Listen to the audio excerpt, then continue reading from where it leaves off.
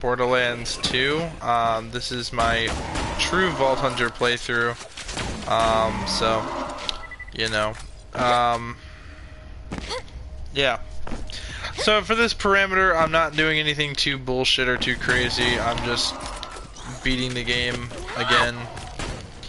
Now with Gage, with how I played her in the actual game, I completed every single side quest, as I was also attempting to speedrun the game.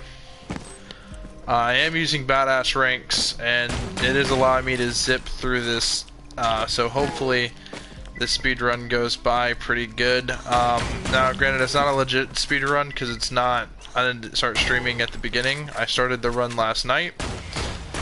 At approximately, let's say like 3:26, 3:25, so somewhere in that ballpark, around that time.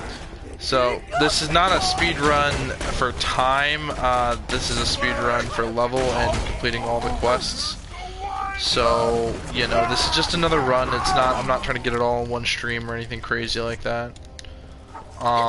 As you guys can see, I'm about to level up. My build is quite simple. I don't really know how to play Gaige. As crazy as that sounds, Necromancer plays very different from the other characters. It plays very similar to Axton, so it is an extremely flawed play style. Again, I'm a Zero Maya kind of player, so coming out and playing as someone that's not those characters is kind of crazy. The nice thing about this build is I'm not restricting my loot. I'm just simply going for loot that's better than what I currently got. And since I was farming a lot of loot in the last playthrough, I started this one off with some great legendary loot. And also, I dropped loot to this character. I have a level 80 bitch, and I also have a level 38 Hellfire. So when I turn level 38, we're already preset with that. A Hyperion slag pistol. Also, I've been grabbing a bunch of like side loot and then selling it. Hence as to why I have as much money. I've only died twice this whole playthrough. Actually, we're gonna go ahead and equip that Hyperion pistol. We've been using this pistol, which has been pretty good. So it does over 3,000 damage, obviously with my badass ranks. So we got it 369.2%, so that times 3 is pretty high. In addition, this pistol should be a lot stronger. It's got a Vladov barrel on it. It's like a mini machine gun, obviously.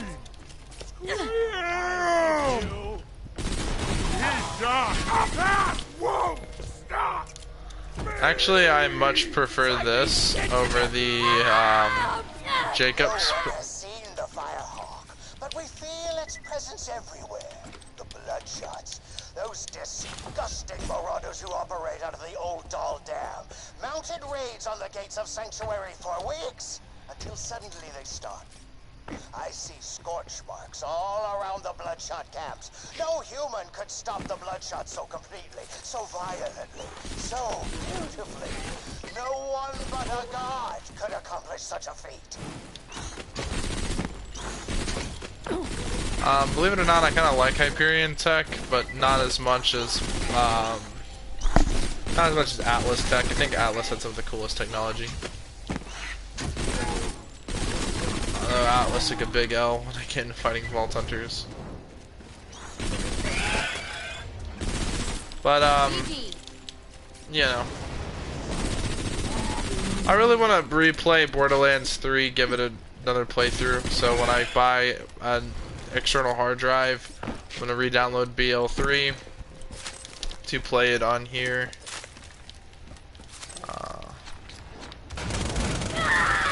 There's a really good SMG that I can go grab right now because there's a nice secret SMG that always spawns every time you load the game in this area, and it's just free for grabs if you guys know what it is and where to get it. So, which I did actually grab it in my first playthrough, obviously. The sky lit up with fire and blood and bullets and screaming. One of our scouts came back from his morning patrol exactly as he usually did, except this time he was on fire. His skin was black and crisp, his vocal cords cooked. As we circled around his smoking form, ready to divvy up his loot, he shrieked one word with his last ounce of breath. Firehawk!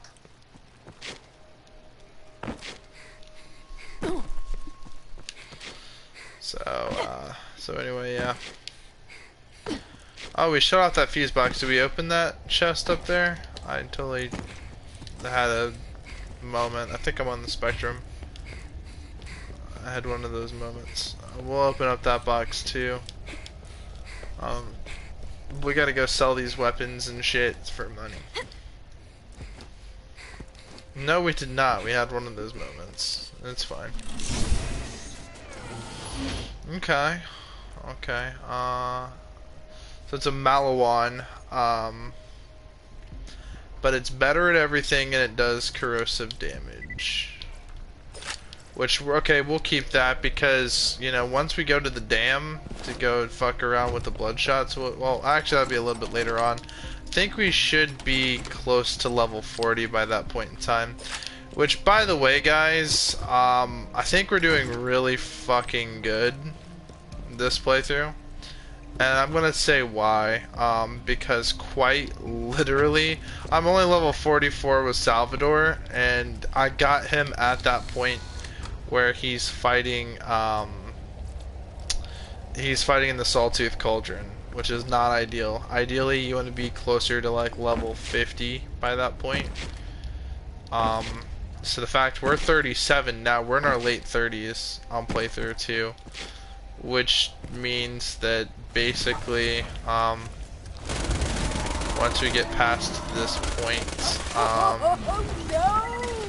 once we get to level 40, if we can get to level 40 by, okay, yeah, we just leveled up, cool, sweet, awesome, we can now use this, which, believe it or not, with all things considered, the Hyperion SMG is better at everything except damage. This is 1,000 damage. To be honest with you guys, this pistol was executing them pretty fucking quick. This is just immensely better than most everything else in the arsenal. Mostly just because, well, it does 1,000 fire damage per second. Which is the equivalent of its own gun damage, but per second. That level of DPS is insane, and considering if we look at my elemental effect damage, I think, well, it's actually off the screen, but which is unfortunate, because I'd really like to get to see the exact percentage, but I'm pretty sure it's over 100%. So it does over 2,000 damage a second. That is absolutely immensely overpowered at this point in the game. So we are going to have a very easy time getting through these guys, which gives us this, because electrical damage gives us the chance to do fire damage, is very powerful, kind of, sort of. If you think about it, electrical damage does a lot of damage to bandits, but mostly it's good against loaders and shields.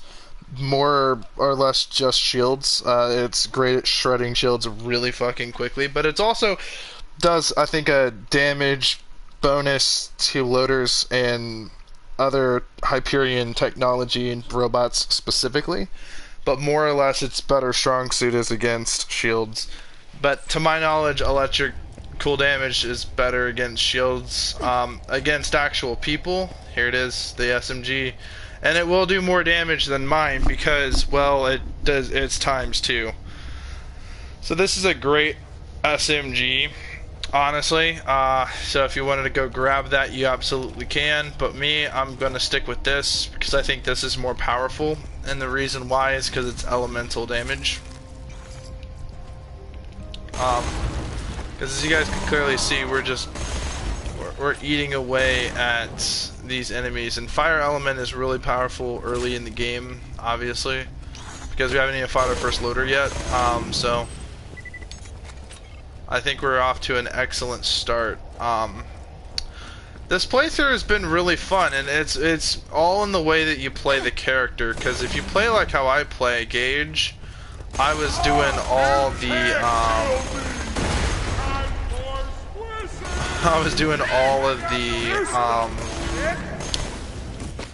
side quests and everything. The Firehawk has harassed the Bloodshots for some time, but they have never mounted such a large-scale assault on the Firehawk before. I wonder what's given them such confidence. Keep going, Bloodshots! That demonic thing will rue the goddamn day it messed with us! We're gonna make the Firehawk choke to death on his own feces! Dude. Ew. I love that, dude. Ew.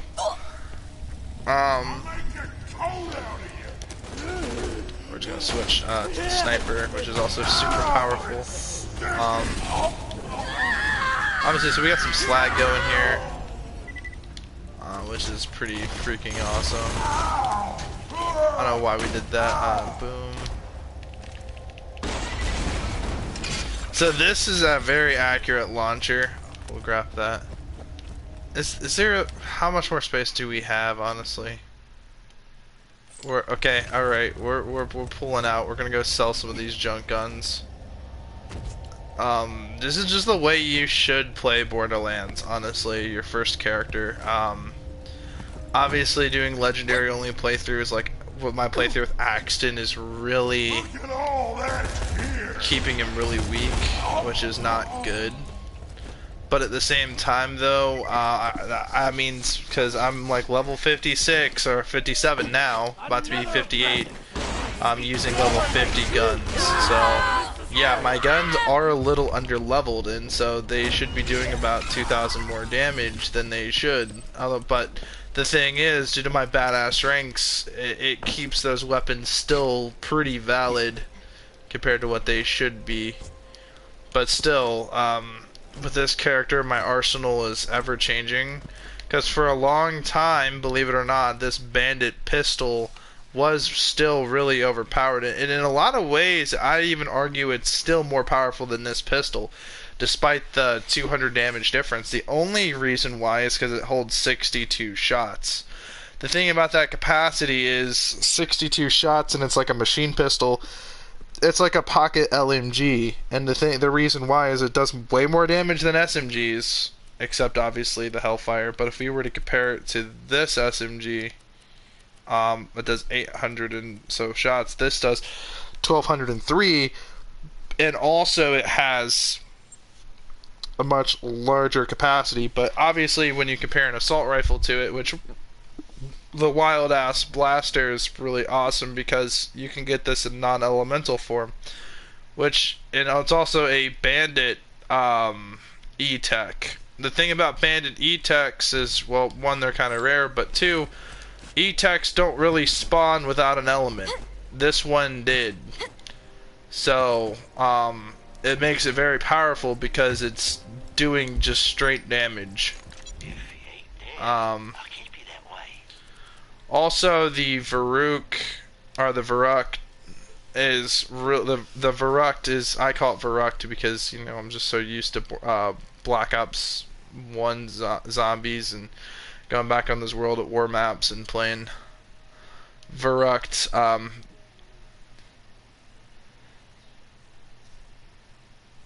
The Varuk is, or Varuk, or whatever you want to call it, the insane rifle. This is really good. It boasts a high magazine size. It boasts decent reload speed, moderate fire rate, high accuracy, and of course high damage. Now its whole thing is it's ×3. So if we, oh shit, we sold it. I did not mean to sell it. I was meant to compare it to the current weapons we got now. I think it does more than the. Actually, yeah, so it does more damage than the Hellfire. So I could very well use it in a more moderate setting, but the thing is, we're going to go, since we're going to go do the good, the bad, and the Mordecai, we're going to go ahead and go farm for a Varuk, and we're going to try to get one, ideally in a shock element, for Gaige. And I think that's just going to be really good, because I was using the Varuk, and it got me through a majority of the game. Actually, it got me through, not a majority of the game, but it got me through a lot of sequences. This pistol, the filled iron, is fairly like questionable if I want to sell it or not, because it does boast a high damage and it has great stats. Holds 10 shots. This magazine here holds 31 shots compared to 10. If we just base this off of the fact that, okay, the pistol does exactly, oh gosh, how do I want to say this? Does about 7,000 damage per shot with badass ranks, where this will only do maybe 5,000. So you know, I mean, granted, so I don't know, this Hyperion pistol is pretty nice though, because it's with the Vladov barrel, it's a machine pistol. If we just want to look at it real quick,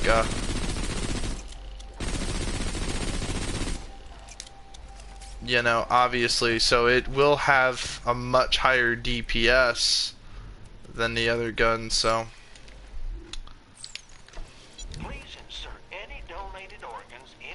But if we don't need an elemental weapon, per se,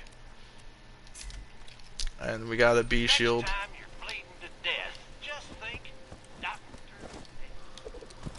we're gonna want to get another B shield or something. So, in fact, we're just gonna go ahead and swap back to this Jacob's pistol. If we can find ourselves a purple Jacob's pistol that does closer to 4,000, we'd be pretty goated. But yeah, we're just gonna go ahead and use this. We're also gonna run around here and kill any more enemies that we encounter. This one's mine.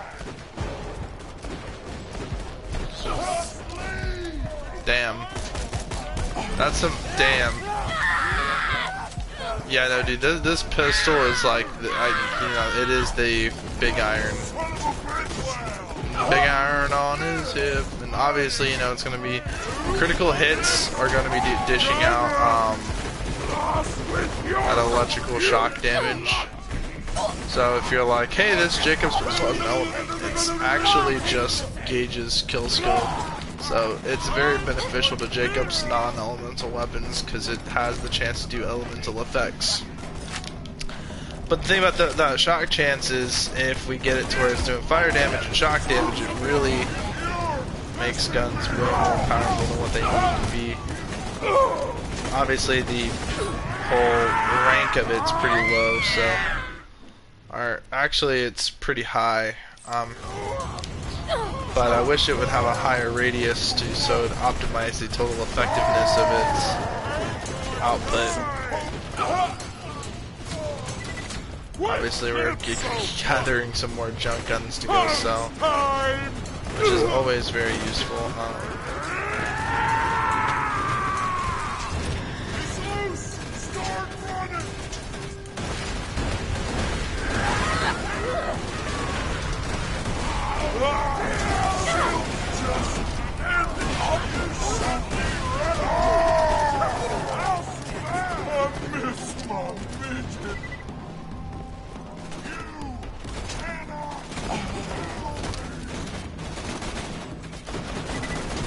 I was supposed to. You can still run.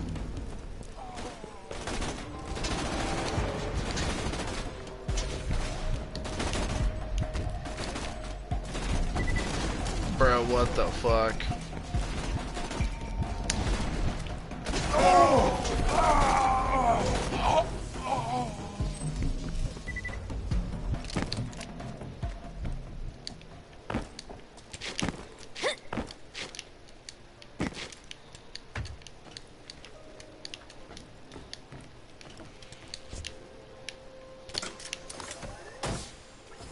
There we go.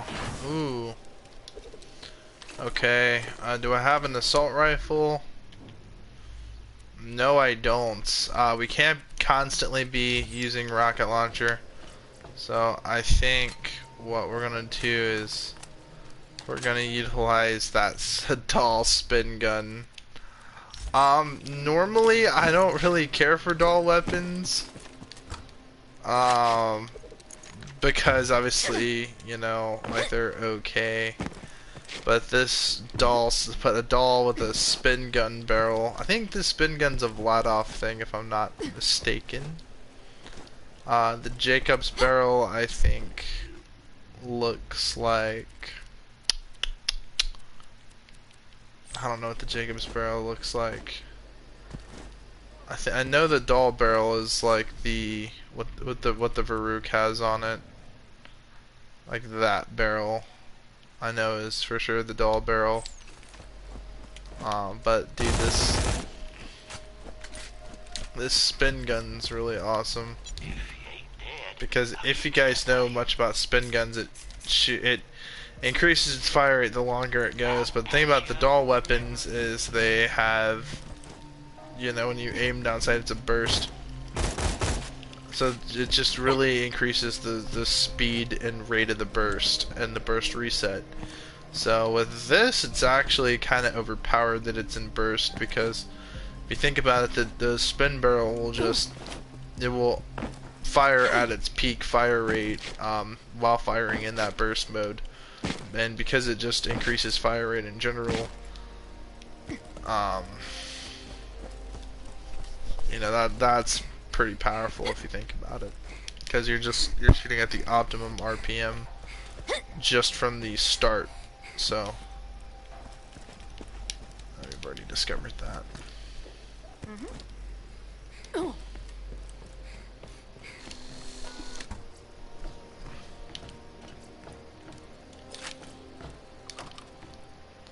Damn. ×3 projectile. So that, and it did a lot of damage too. That 7,000. Well, actually, this does 18,000.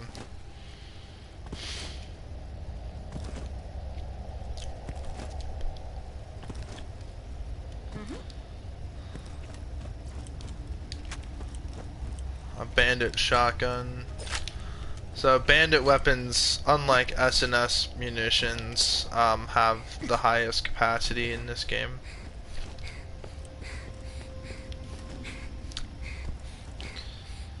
Fun fact, I bet a lot of you Borderlands fans... You think the Firehawks got rolling, huh? You know, I heard the Firehawk liquefies guys drink some like fudge smoothies. But nah, I'm sure your bandit pal Roland's just fine. Of course, if Roland hadn't been such a dumbass in the first place, he would... Whoops! Almost whoops. My eyes when I stare at you! Extreme! Yeah, dude, this assault rifle is actually pretty nice. I'm glad I have it. I wish it was in the shock element, I must say, and I wish it was not a uncommon version. I wish it was the rare version. Let me explain something. Even if you do rescue Roland from this Firehawk guy, the Crimson Raiders ain't exactly along for this world. You know what? I think you deserve a little hint. My secret involves your pathetic resistance dying, and me laughing. A lot. Dude, this thing is killer. Ooh, a slag shotgun. That's cool. Okay, yeah. Go ahead and we can just zip through this whole section here. Having badass ranks on really makes a difference, I can just say. That 300% weapon damage just allows me to annihilate everything. And guess what? Rolls in for that damage. I really can't wait for playthrough 3 with gaige, honestly. I really want to do the right thing here. Obviously, having multiple playthroughs on characters is nice. But again, though, I think it's... I gotta say, the best character to play, I'd say hands down, late game, is probably Krieg. Mainly because Mainly because when Krieg was made, overpowered levels were in mind when they were making Krieg, which I really feel like we could have got a third DLC. Vault Hunter would have been really based. Another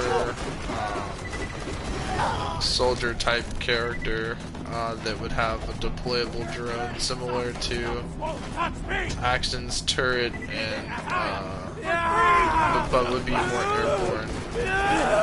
Obviously, you know, we got that in Borderlands, the pre-sequel. Speaking of, I need to go out and replay the pre-sequel more because I don't give that game enough credit. I just did not like the unfarmable bosses. I really did like the pre-sequel as a Borderlands game. I think it is extremely underrated. I don't think it is as nearly as good as Borderlands 2 or 1, but I definitely do like the fact that, hey, they were tying in some good story elements and really fleshed out Handsome Jack. Obviously, he was already one of the best video game villains of all time, so, you know, making him have more screen time as well as making his backstory better, I think was really awesome. And you get to see Jack before he became Handsome Jack, so that was kind of neat in my opinion. Let's check out that bandit pistol that drops. Show me some green arrows. As you guys can see, show me some green arrows. I like that. Okay, so this gun does about the same as that Hyperion pistol, except it's an electrocution damage, which is great for our character, and it has a 64 mag size, which is actually, it has 68, so it has a higher magazine than this. So honestly, yeah, we're gonna equip that. This thing's a machine pistol. Obviously, its iron sights suck donkey ass, but the Firehawk's hideout. Be careful, friend. There are bound to be traps everywhere.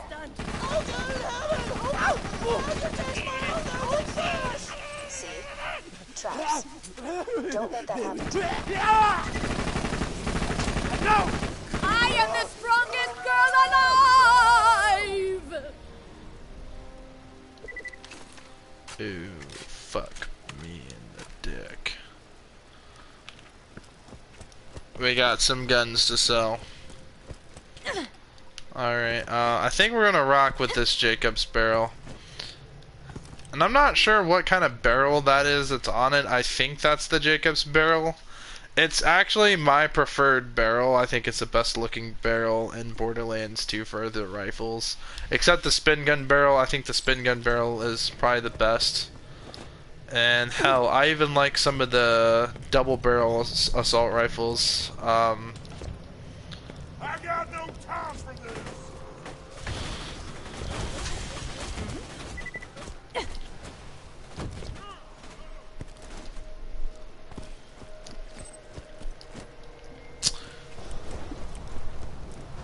But yeah, guys, I really like Borderlands 2. I think it's a great game. You know, personally, if it were up to me, Borderlands 3 is not a bad game. It's not as great as the other Borderlands games, in my opinion. But then again, I have not played any of the DLC for that game, so I really have almost no room to talk. If you know what I mean. Because, as you guys know, DLCs matter in Borderlands. They matter a lot.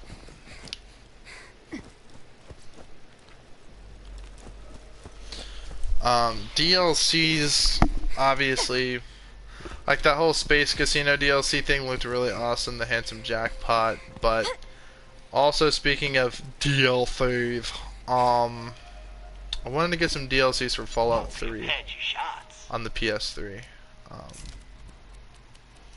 Yeah.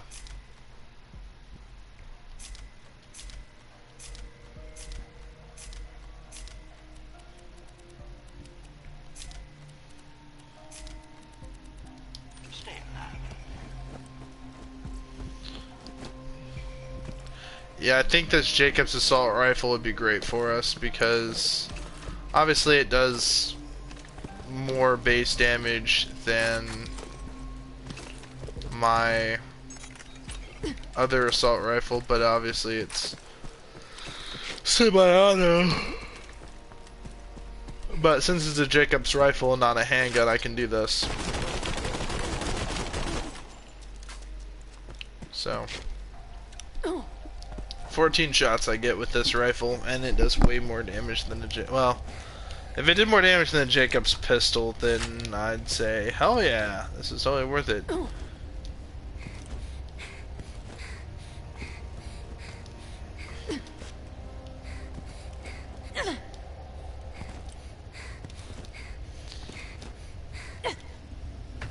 Yeah, man, Borderlands is just an awesome franchise. Awesome, awesome.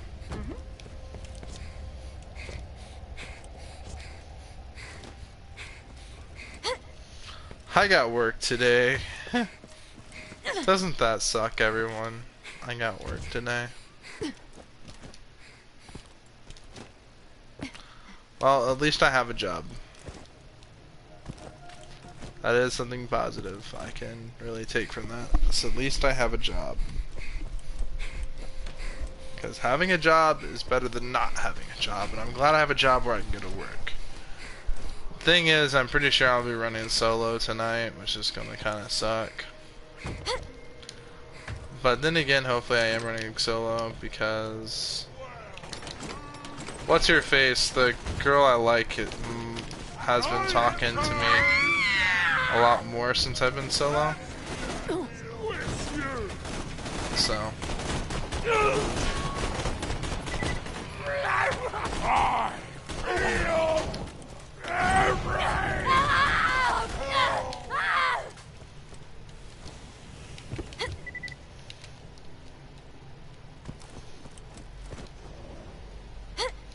I don't know, we'll see if she talks to me today.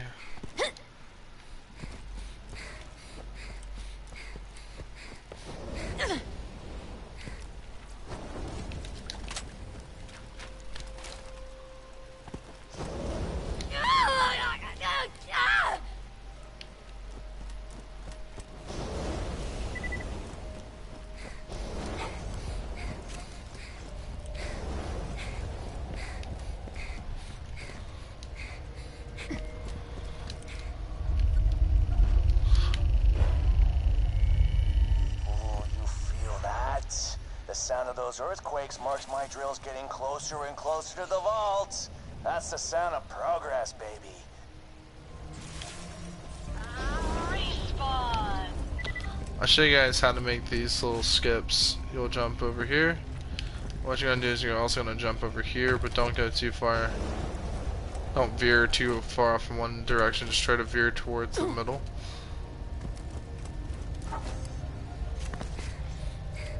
Buy from me if you want to live. Yeah, this, we're gonna go ahead and sell that, Shut Jacobs. up! Let's just get this out of the way. Yes, most of my merchandise was ripped from the hands of dead adventurers. Was ripped from the hands of dead adventurers.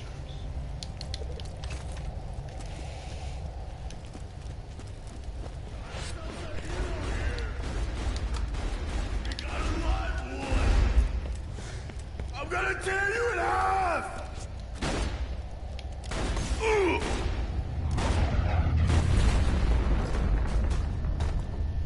Sup. Sup.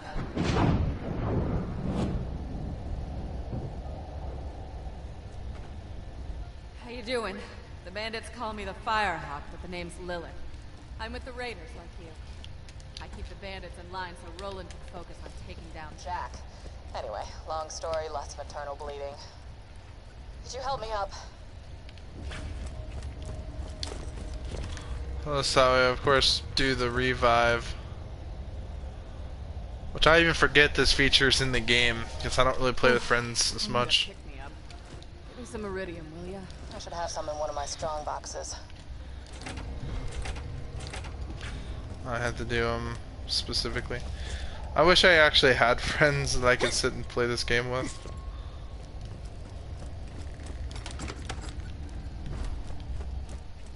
That's the stuff. Give it here. Appreciate it.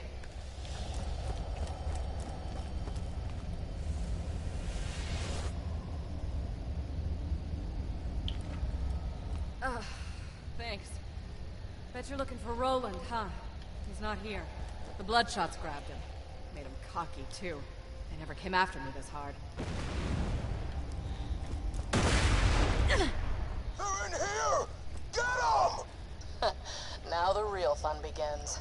I'll see if I can't phase blast a few of them for you. Reach me, mommy! Hell yeah! So mad! Well done! Psycho, watch out! Nice shot!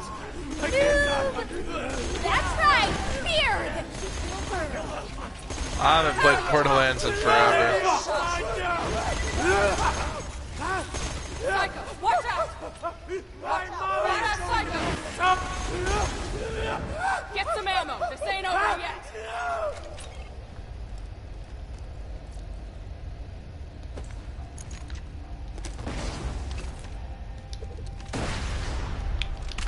They found another way in. My shotgun knew the talking. Well done. Yes. Well done. Kid, you're doing great. I see you.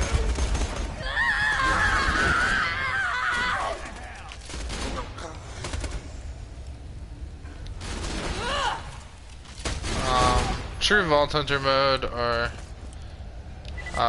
TVHM is pretty good. UVHM is pretty difficult though. Yeah. Nice shot. Nice shot. Well done. I Badass. can hear with my teeth. I love you. Well, actually, on our second playthrough, if we wanted to, we can actually acquire Seraph crystals, I believe, on playthrough 2. I believe.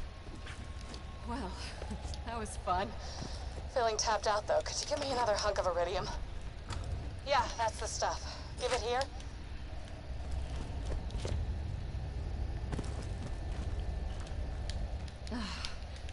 Thanks.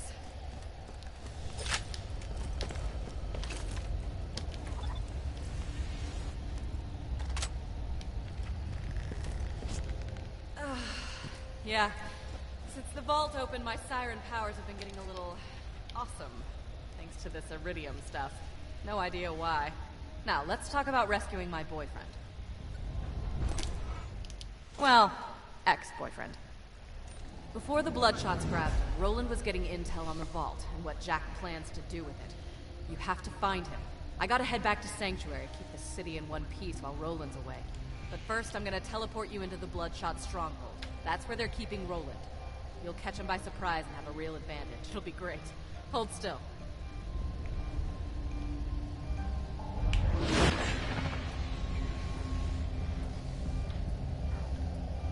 I just moved you, like, 10 feet, didn't I? Sorry. Still getting used to this. Reminds me, though, Bloodshot Stronghold is full of real tough customers. You might want to train a bit before you take them on.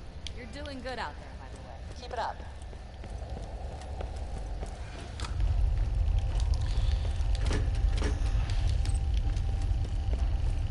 So, I mean, we're level 38, so I'd say we're doing pretty freaking good.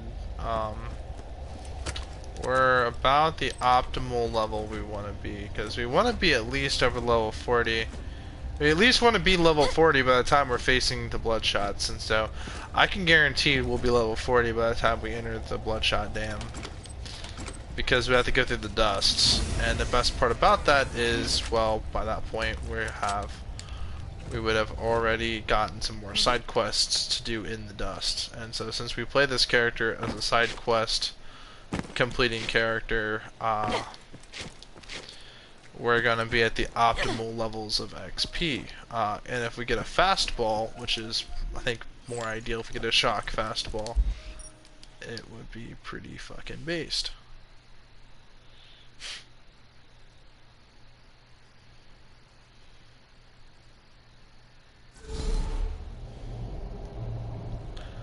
Actually, first of all, I'm back in Sanctuary.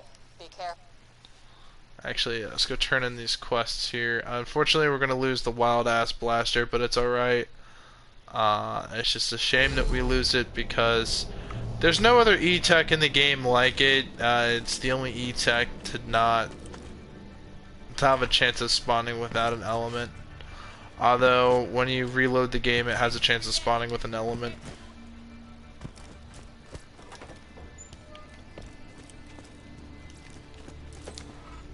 Oh, right. I was supposed to be studying the effects of these E-Tech guns on bandits. But right now, it looks like if you shoot them a lot, they die. Oh, did I mention I don't have a medical license?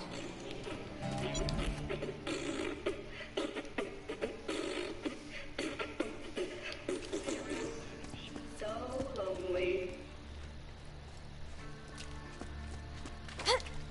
I gotta get off just a minute.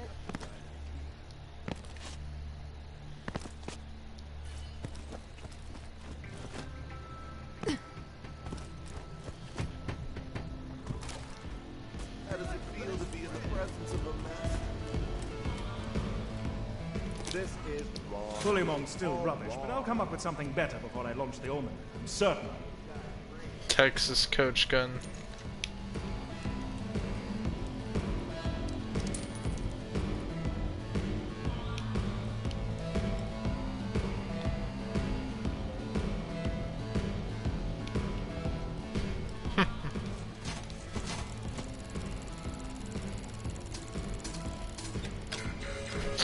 Bruh.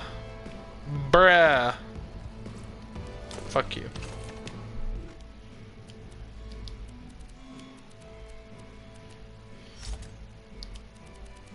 Wait a minute, we got the coach gun. Ching. Magazine size 3 consumes 2 shot ammo per shot.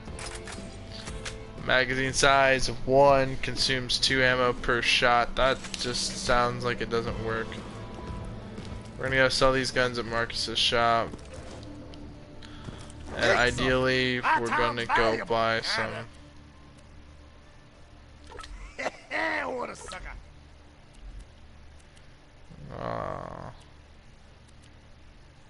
Displeasure doing business with you. Don't you hurry back.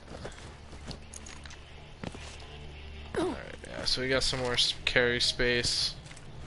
Obviously, maybe we can sell it here. Yeah, we'll sell that. We just sold the Texas coach gun. Can't believe they actually called it Texas. Or handy coach gun. I was wrong. I don't know why I thought that. Double tap rifle times 2. I think that's what a Vladov barrel looks like. But I also know the Vladov barrel, and then Vladov does the spin gun barrels. No jobs for you. Buzz up. Holy dog shit! It's a nice sniper rifle. Okay, so here's my whole nothing done. here's my whole argument, me right? later. So we look at this. Okay, let's just buy this because obviously we have enough. So obviously they're the same exact level except one. They have different scopes, I believe, but they have virtually the same barrel. It's the same exact.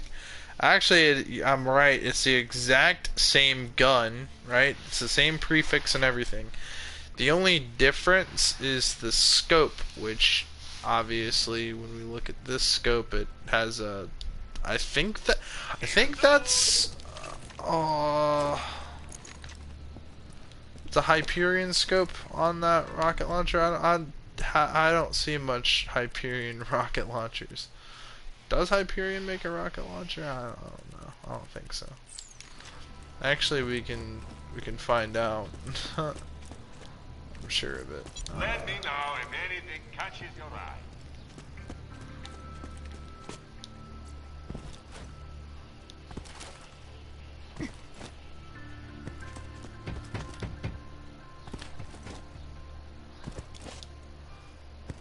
Fire gun already. Hold on just a second, guys.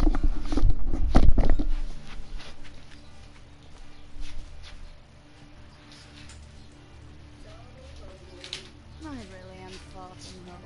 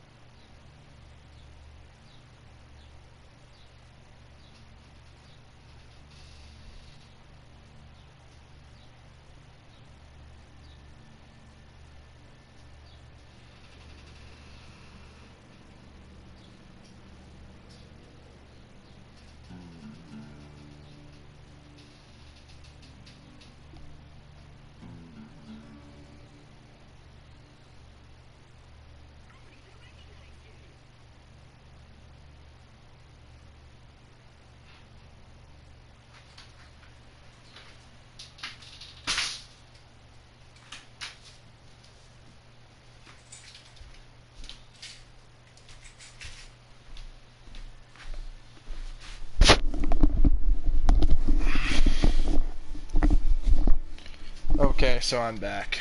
My car alarm was going off. Okay. Don't get killed. Cool. So yeah, it was actually just the scope itself. I don't think I remember ever seeing a Hyperion launcher, but if you actually look at this, it could be a Malawan site. I think that's a bandit scope.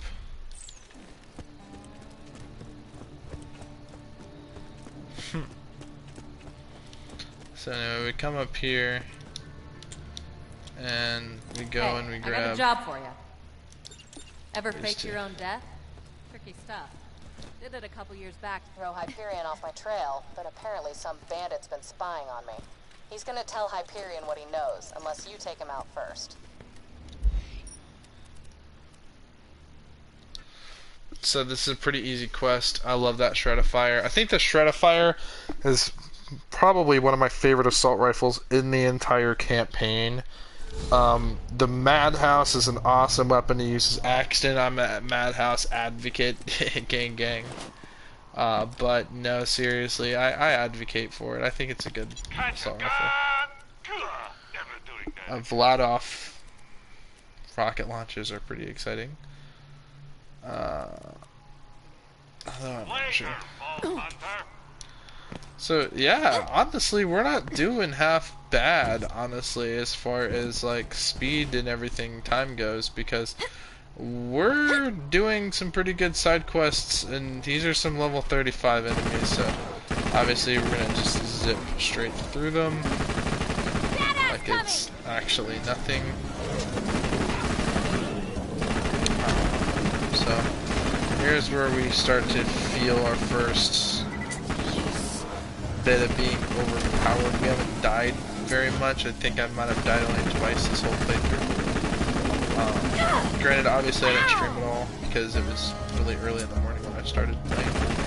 But Borderlands 2, I gotta say, this game is timeless. Truly, you know, I could play this game for years, honestly.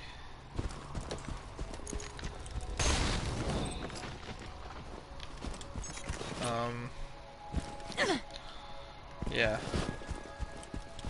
I truly think that Borderlands is awesome. So, you know, I think it's the other games that I also play a lot of that I really like, that are not Borderlands, totally different in nature. I think the reason I like Borderlands is it's so different from everything else I play, yet it sets a lot of similar groundwork. For instance, what I like about Fallout is leveling up and selecting skills. What I like about Bioshock is, of course, dealing out different elemental damages using my plasmids and things of that nature to enemies and whatnot. And so, I don't know, it's just that whole feeling of just getting more and more powerful gradually as the game continues, and no other game really captures that like Borderlands, I don't think. And I don't know, I started with BL1, honestly. I started way back in the original. You know, I liked Borderlands 1. I thought it was an awesome game, great ideas. And, you know, I mean, there were games, obviously, where you could level up. We at Hyperion are skeptical. Mr. Blake. The bandit Lilith was confirmed dead after the liberation of New Haven. We will need to listen to your footage before payment can be processed. Leave the echoes in the attached dead drop locations. Find those echoes, Killer. If Hyperion finds out I'm alive and working with the Crimson Raiders, it could be New Haven all over again. So obviously now we can farm him for the fastball, which is one of the strongest grenades in the game. So obviously we want to go grab that. Place. Hyperion shouldn't be able to find you here. Thanks. I tried to make it very... Gruesome? I was gonna say cozy. You strap charred bandit corpses around the entrance. Corpses can be cozy. Kinda like our place in New Haven before... Yeah, I'm going now. Suave, Lilith. So we get to obviously hear Lilith and Roland after they break up, I guess. And so you get to hear Lilith overcome that. I don't know what it is to be a woman, but her go through really breakups or anything crazy like that. So yeah, we'll just leave that be. So we got some bully mongs over here as well. So this game is so iconic. This is such a good playthrough.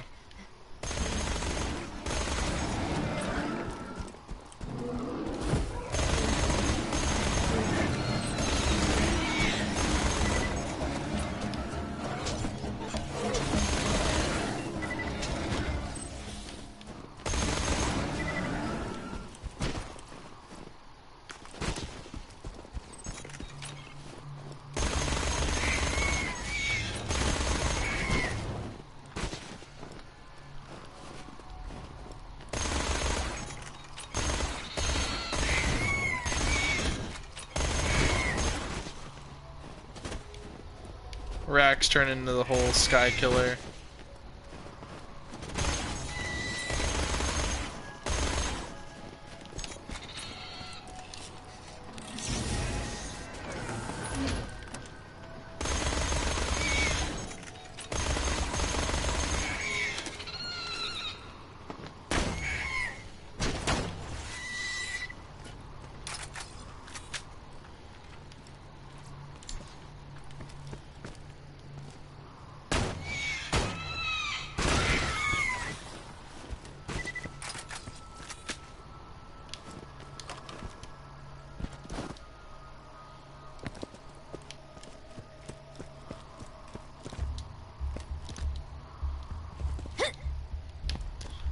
This is pretty awesome because from this point forward we just jump down.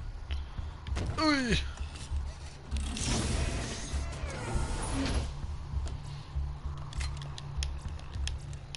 We're out of space. So what's the emergency? I liquefied a guy. Come again? I was out hunting and I found some of that iridium stuff, and one of those weird worshiper guys sees me and I should...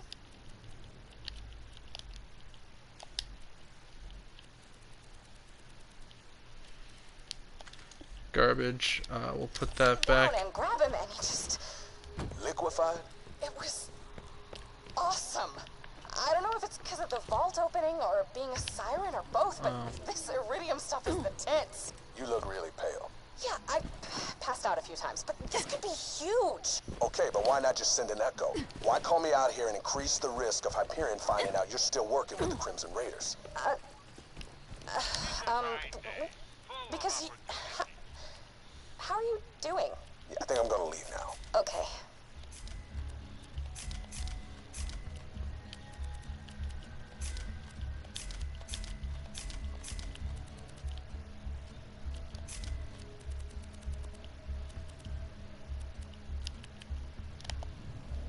Fuck this thing.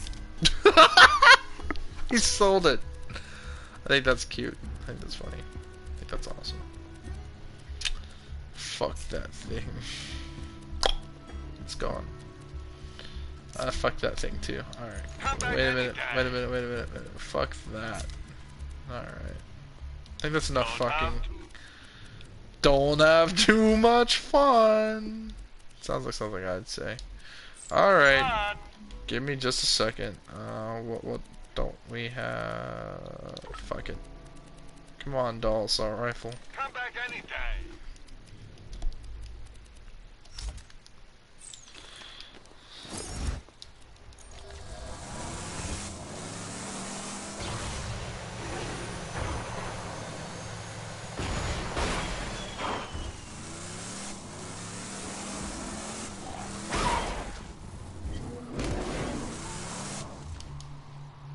Think you can bully me?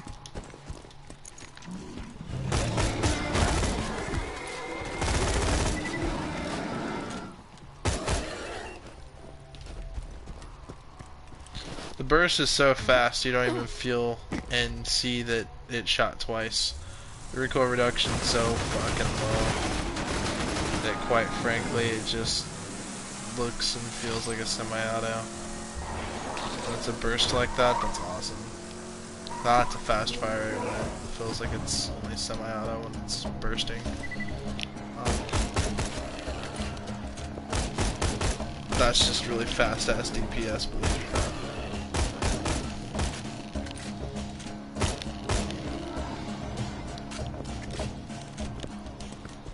So we're getting a lot of XP.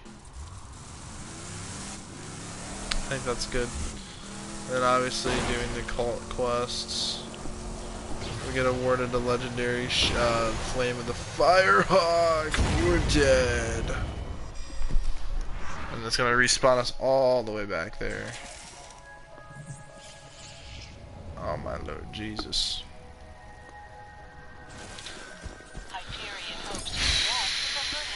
I had to go take care of my fish today. Not go take care of him, but I had to feed him.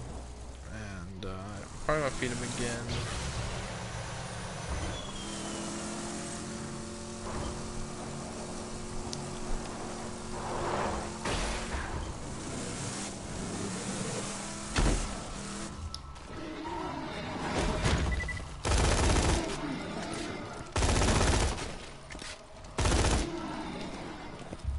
Awesome.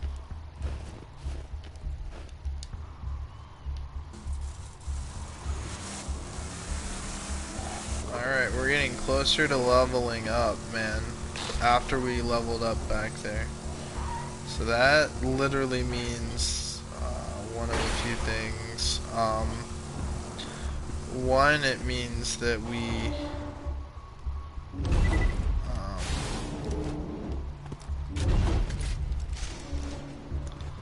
did something that was necessary.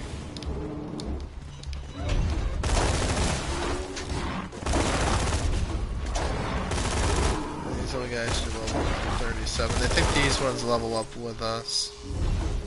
These more generic enemies. Jack just left him for dead in the snow, evidently. The raiders could use the help. You should track them down. Another vault hunter, huh? I'll see if I can contact him by echo on my way back to Sanctuary. Good. You can go now. Well, I'm sorry. I just got here. I'm a little busy waging a one-woman war on every bandit in the tundra, so you can focus on taking down Jack. But hey, if you want to hang out, I can just give up this Firehawk thing and let the Bloodshots overrun Sanctuary. No, you're right, of course. Are you sure? I can make cocoa. We could talk about boys. I'll just talk to you once I find the vault hunter.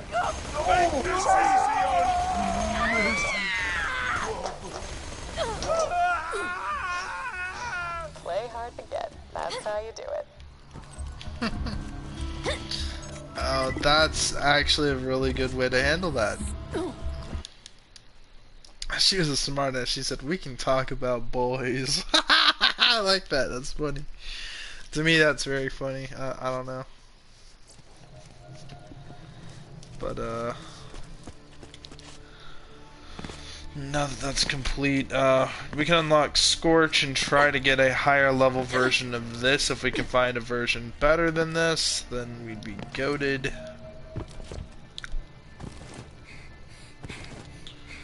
And we're also going to complete all the DLC for this character. That way when we start Ultimate Vault Hunter mode, we can start at like level 59, level 60.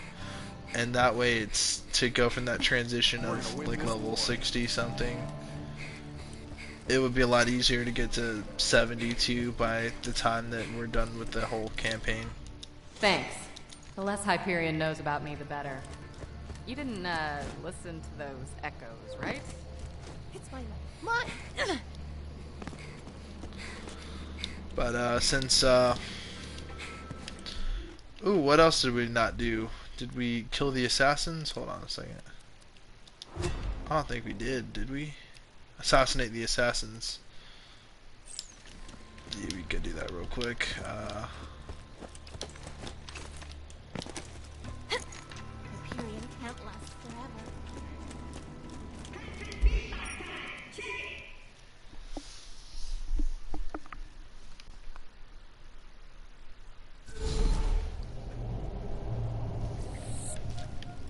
Awesome.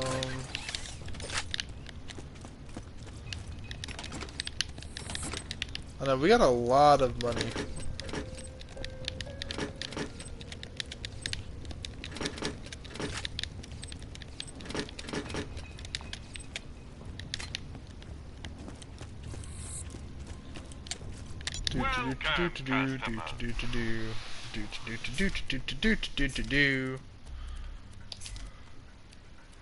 Level 40. Considering that we're level 38 and we're doing side quests, I'd say we're fucking great.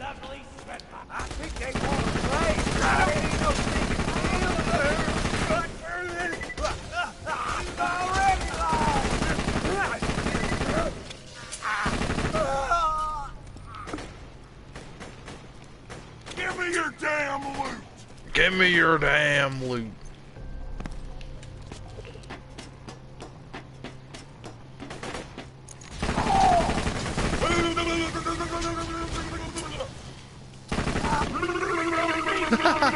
They come to the slaughter like children. Do I still gonna give you out? Critical kill!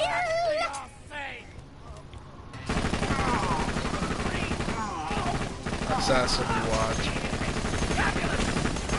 Go!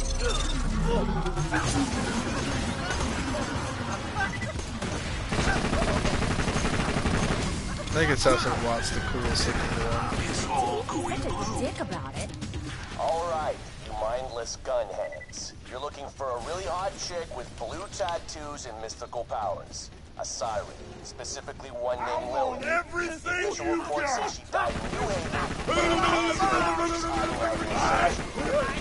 Catch wind of her, tell me and I'll give you enough money to build a mansion. Made out of other, smaller mansions. Out. Mansions.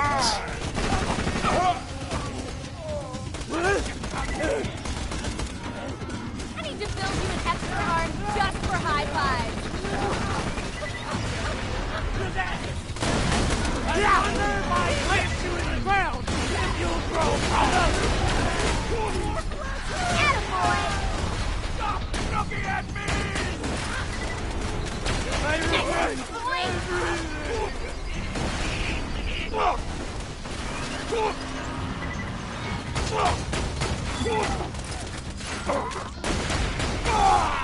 You're not ready for me! You're not stopping me! Bro, we actually cannot complete the fucking quest due to death traps. Bro. There's one thing about Death Trap I will say is he stays around for a long time. Which absolutely sucks donkey ass. We're gonna have to end this and restart this dog shit.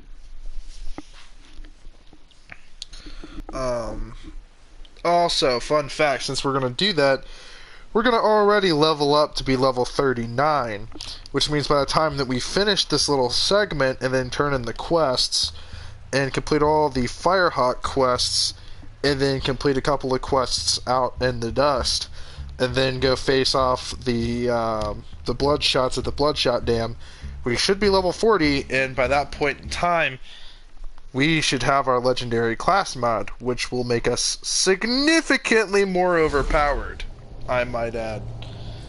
Just saying. Now, the great thing about the legendary class mod, it just adds 4 to every base skill, so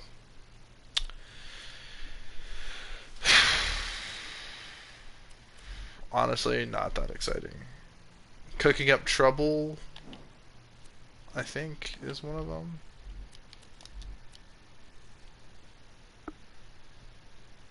Yep, Cooking Up Trouble plus 4. So essentially it's going to be the equivalent of like almost like what, 4.5 or 4.6. So, you know, it's going to be some pretty good health regeneration, so you know, that's always a pleasure.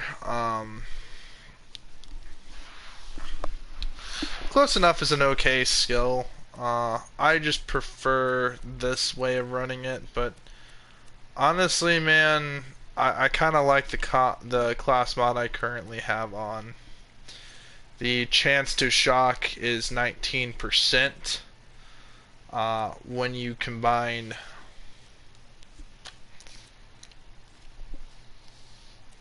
every shock based Wires Don't Talk, for instance, is once you get a class mod that boosts that, and then you get a Bone of the Ancients relic that's in shock element, and you get a good class mod that obviously adds like a 20 or 30 more damage with electrical weapons. You could be doing over 100% more electrical damage, basically. So because of that, you could really spec out and get some pretty crazy shit going in, since there's a lot of skills that don't necessarily make electrical effects do more damage. You can, however, add extra effects that add electrical damage into the equation. And because of your ability to make electrical weapons do a lot more damage, specifically, especially with the chance for electrical weapons to do fire damage, which is immensely overpowered, and like scoring critical hits calls it an electrical explosion. It's very effective. Oh, by the way, since we already killed him, the audio diary spawns in an actual place we can pick it up. So something I do like about this game is it does have a way of fixing itself. Obviously, this is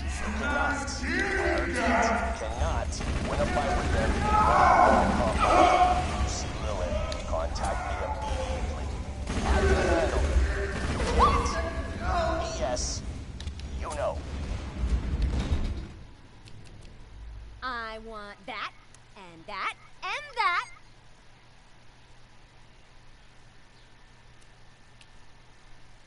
electrical burn chance. This is awesome.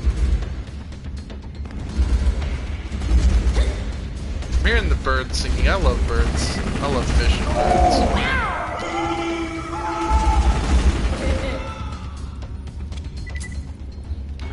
So yeah, electrical damage is pretty based.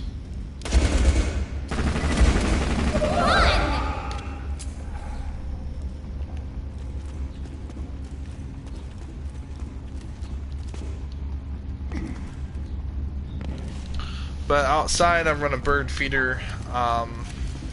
It's just a cheap one, just to feed them. I don't have a bird house. I'm not into birds, but I used to have a pet bird, which I thought was kind of cool. It was a little parakeet. I would always take it to the vet when its wings clipped, so he wouldn't fly away.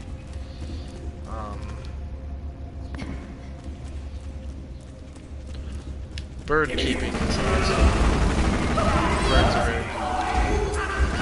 Unlike fish, you can't have multiple birds in the same cage.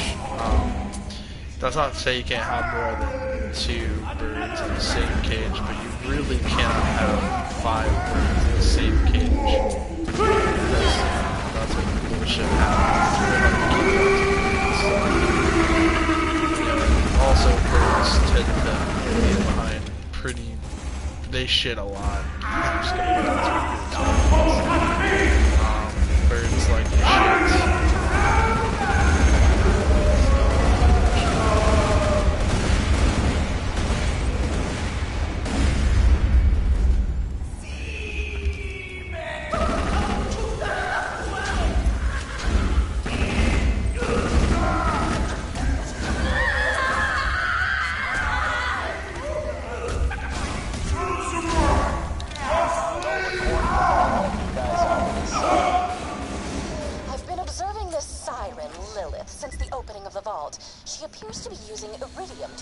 Her natural phase-walking abilities. This naturally leads me to assume some unspoken connection between sirens, Iridium, and the vault. I have determined 2 additional things. Firstly, that she finds it irritating when others pluck out strands of her hair under the guise of needing them for scientific experimentation. And secondly, that they taste like olives. Wait, no, fried pickles.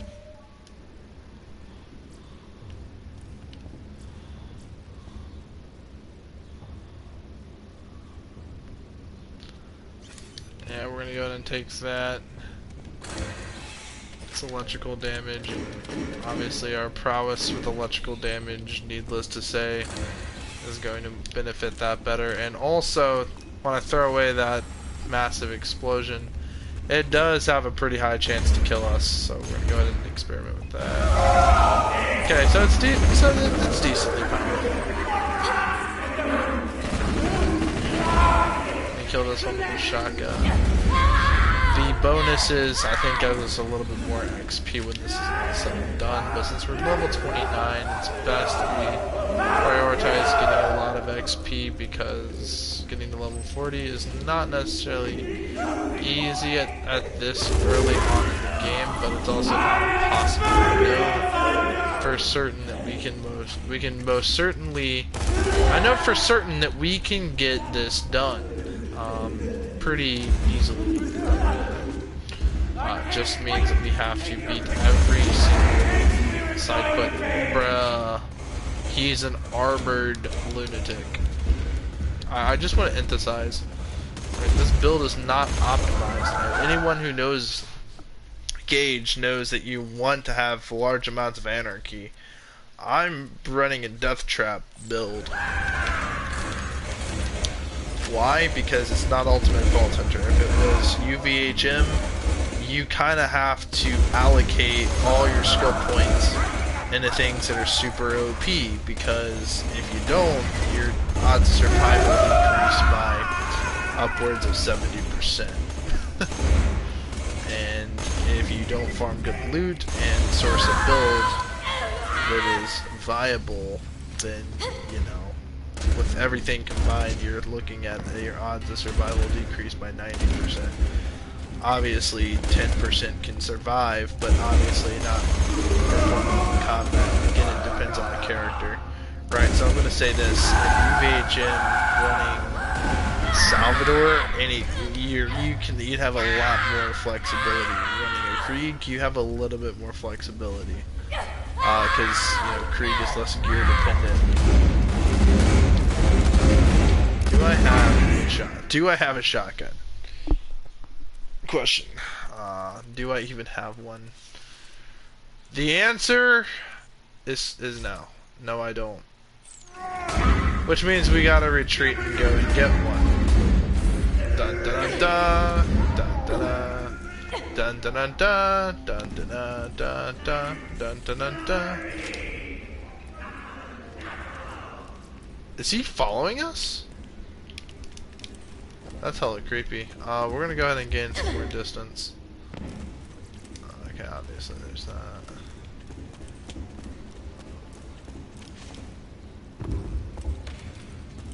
We need a shotgun just to kill this guy. Because I want whatever bonus rewards. Because I know if you do the little options, you get more XP. And obviously we gotta prioritize XP. So that's why we're gonna help out Ellie in the dust. So we're gonna go get her decorations so we can easily make that transition and do the good, the bad, the Mordecai, so we can get the Varuk. Hopefully we get the shock version of it, because that would be fucking based, and that would allow us to easily zip through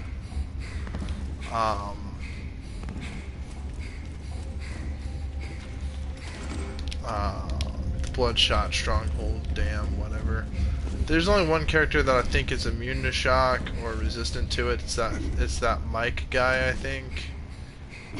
Mike the Miner or Miner. I don't know. He's like a mini boss. I don't think he drops anything though, but he does a lot of shock damage. I think, if I'm not mistaken.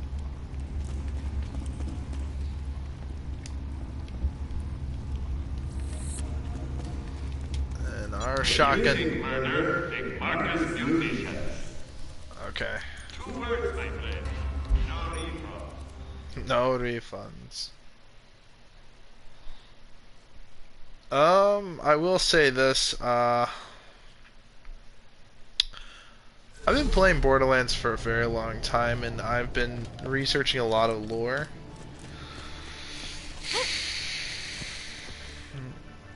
Doll. Obviously the City of Sanctuary here. It's actually a mining ship. That's why it's able to fly. Guns! Glorious guns! If you have a bandit shotgun, it's gonna do more damage than that Titador shotgun. What did I just say? It's gonna do more damage. Yeah, we're going with that bandit shotgun. I always buy guns you don't need. This is one of the uglier looking shotguns.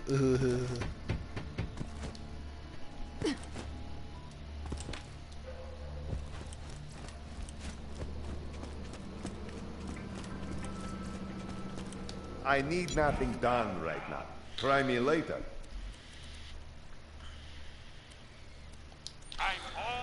You know what's really crazy? The Marcus Gun Shop logo. Those barrels that you see for those, I think those are Magnum barrels.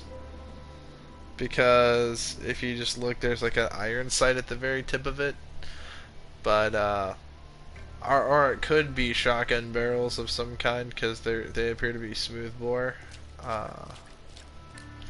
By the way, you can see that barrel actually, that exact same asset be used in Salvador's skill tree for that one skill. Ooh, is that a skull masher I see?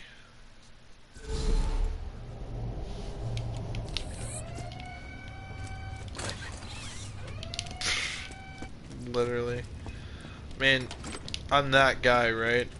I literally have to stop mid-side quests just to go get a weapon to complete.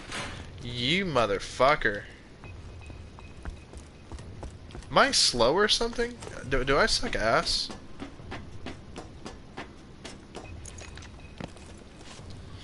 I don't know, but we're about to go kill MDK Assassin Roth.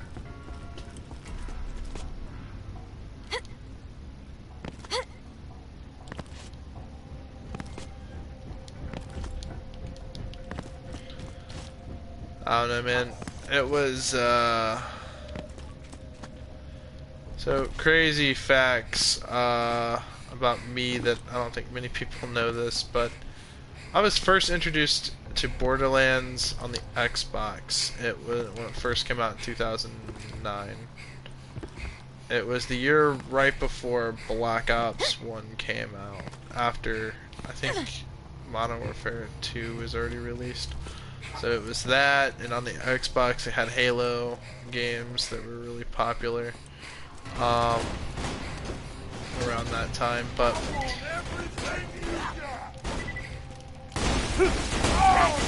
I had this friend.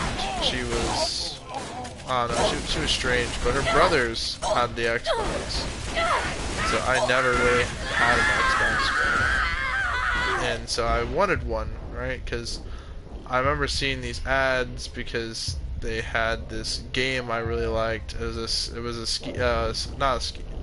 snowboarding game, not a skiing game, but you were doing snowboarding. Oh yeah, and since you shiverbrains evidently don't know how to listen, I'll say it again. Stop bringing in fake sirens. Only 6 sirens can exist in the universe at any given time, and I already know of 3.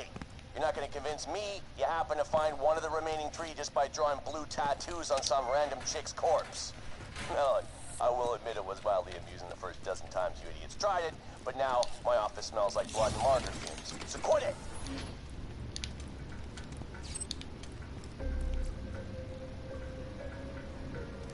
Red Glory. Soviet garbage, just fine. Actually, I do like Soviet weapons, believe it or not. I'm biased towards them. I like the Dragunov sniper rifle / DMR platform. I think it's a really fun to shoot weapon. It recoils in a strange way to where it's not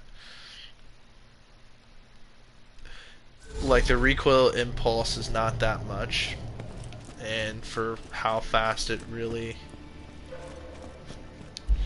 you know, fires the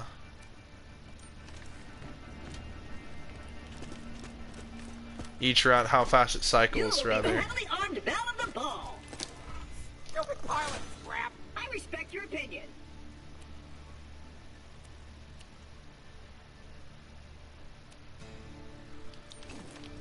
We're gonna have to go sell those anyway.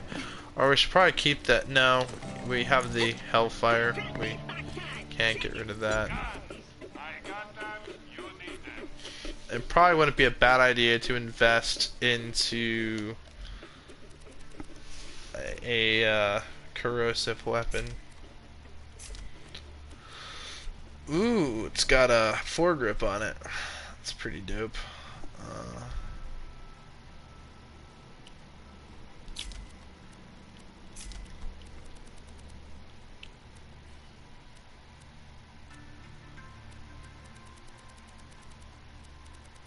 We don't need a shotgun anymore. Gotta know what Jack looks like on his back. This just in. Enjoy your propaganda. And now for the latest edition of This Just In with Hunter Hellquist. This is Hunter Hellquist of Hyperion Truth Broadcasting. Today, the bandit murderer known as the Firehawk, with the help of an unnamed accomplice, murdered at least 24 innocent Pandoran citizens in what authorities are calling, quote, a massacre. The unarmed civilians were found burned to death in the Firehawk's cave with no apparent cause for the attacks. The Firehawk is wanted in connection with no fewer than 15 separate counts of murder. Bullshit. Bro, that's propaganda. Wonder why he's here. Is he here just to tell everyone here what Hyperion thinks about us, or is he like a Hyperion sympathizer among all these people? Because I think if he was a Hyperion sympathizer, his odds of survival decreased by 90%.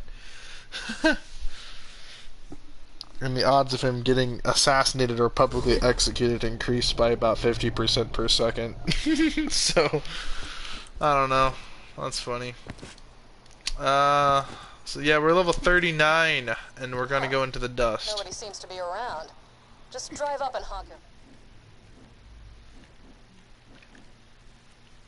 the cult of the Firehawk. Pays off some good So XP. I kinda inspired a cult, and not the fun ask you for autographs kind. I need you to infiltrate the Children of the Firehawk and find out if they're planning anything shady. I'd do it myself, but I'm kinda worried they'd freak out if they saw their god in person. Go talk to the cult's leader, Incinerator Clayton. Unpowered, but we can use this as a. Is this a glitch, guys? Hold on a minute. Pre-recorded message begins. Ah, the Bloodshots are killing us! Ah! Pre-recorded message ends. You found the Happy Pig Motel, huh? Yeah, Bloodshots wiped that place out, but good after Roland kicked him out of Sanctuary. You might be able to turn everything back on if you activate that steam pump. There you go, there's some lore exposition for you. So, the Bloodshots are occupying Sanctuary until Roland kicked them out. So when they came over here, they killed everyone out of this Happy Pig Motel. If you wondered how to get up here, you can get This Ain't My Rodeo challenge. So what you want to do is you want to go onto this like little ledge right here and then just look up and forward a little bit and then start moving forward a bit and you should land right here. The hardest character to do this on is Krieg, mostly just because, well, hold on. Oh man, the steam pumps ain't working either. I see your problem. And I'm gonna take this slow so as you can understand. Right? That thing's broke as hell. Well, better scavenge some replacement parts from the other pumps near the motel. Now, the valve you're looking for is way up at the tippy top of that pump. You have to climb your way up that thing like a snort-happy redhead on a slag bench if you want to get at it. Some skaglik turned off our steam pump. Perforate him! Oh, you got the steam thing! This pump's just work off some other technical complaints. Oh, nuts! Dude, they got annihilated, bro. Well, they're only level 36, or like level 39, we're like a bully. Honestly. We're gonna go hit those little boxes. I know there's a bandit box right where I'm aiming. Right on like that ledge on that tower. So we're gonna run over there, go kill everything in sight just for XP purposes. Again, it's in order to be successful, in my opinion, in Borderlands, like a good character run, how to transition between playthroughs. You want to optimize your level, especially for late game, because the faster you get to level 80, the faster you can get to OP level 10. And the only way you're gonna really do that is if you complete every single fucking side quest and get every single XP and kill enemies where you can. Like at the very beginning of the game, here's a good tactic. When you're on that ledge right before you get into Liarsburg, from Claptrap's place into the southern shelf, jump into the city of Liarsburg, kill all the bandits, and then at some point in time, the gate to Liarsburg will open and kill the bully monks near Claptrap. Claptrap walks into Liarsburg and then spawns in all the bandits that you killed. So you get to kill them again for basically double the amount of XP. And at the start of the game, if you really wanted to get to level 3 quickly, you could just go to Digistruct Peak and complete the first quest that you get there, which is to press a fucking button and then you become level 3. So, my fucking car alarm's going off again, guys. It keeps malfunctioning. I don't know what its fucking deal is, bro, but if it doesn't fucking stop, I'm about to take my Wasser 10 and just unload 30 rounds into my car. I'm about to murder my car. I don't give a fuck, bro. For those who don't know, Wasser 10's a Romanian AK. Alrighty. And it's calibration 7.62 by 39mm. And I'm just joking, I would never shoot my own car. Even if it did piss me off. Leave us alone!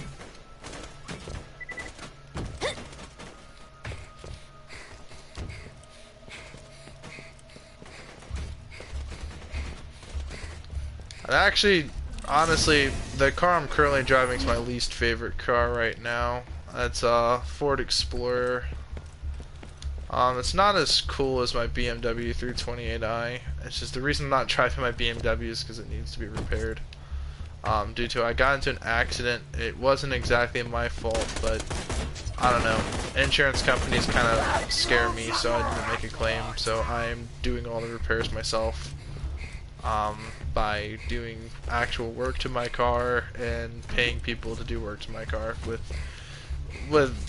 certain things. Like, I don't have the right equipment to do any work to my suspension, so I had to pay someone to install a new suspension in my car. So it is what it is, and since mine is a sports package, it has a lower sitting suspension, so we had to track down that exact same part from the BMW manufacturer, and then we had to send it to a shop and then have my car booked to be worked on. I don't know, it was very expensive. I'm not going to get into details because it's a personal matter, but it pisses me off that, like, I'm going to say this, man, if it's your first car, don't get something really fancy like I did, because when bullshit fucking happens, dude, it fucking hits like a punch. And can be very expensive to fix things, especially if it's not your there are idiots in the world, and there are some people that are just assholes and will not stop for you. If they hit your car, they will just keep on going because they are too poor to afford insurance for whatever reason. Everyone has their reasons, whether it's they're on their last accident, then they get their license revoked or taken away or whatever. And so they just don't want their license taken away. There's a reason that people do fucked up and shitty things. But at the same time, it just really fucking sucks when you're on the receiving end of it. The best thing you can do is just bottle up your anger and then disperse it into something else. Like, honestly, man, a great way to not be angry is to bottle up your anger and disperse it at the gym. Like, let it out by working out, listening to heavy metal or whatever it is you guys like. Well, that sure looks like the capacitor I was looking for. Hey, side question. Is it weird when I notice the moment you pick something up, you don't consider the bathroom? Wait, is that weird?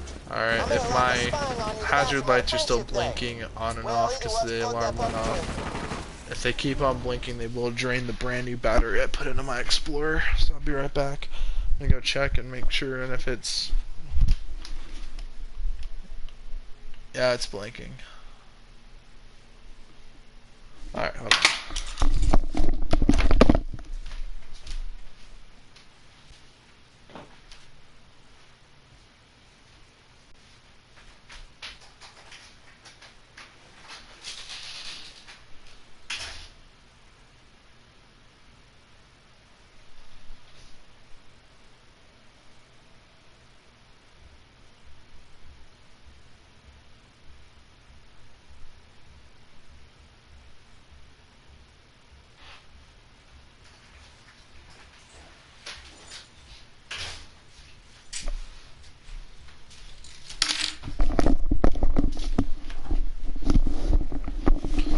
So to disable that whole effect, all I have to do is open the door and shut it. And if that doesn't do it, then just start the car and then stop it. But don't like turn on the engine, just press the start button to start all the electrical functions and it just automatically resets it.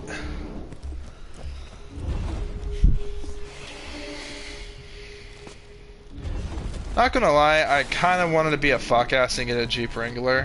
Not that I like Jeep Wranglers, but I like the feeling of just driving one.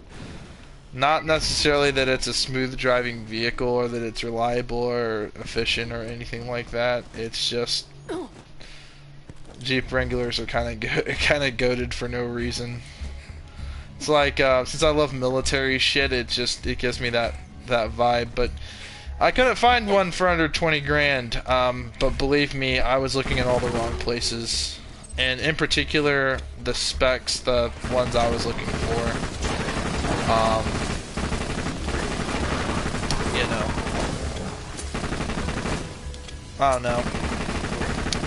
But not gonna lie, the real car I wanted to get was Chrysler 300, like a 2006 Chrysler 300. I just like that it's like a poor man's Bentley.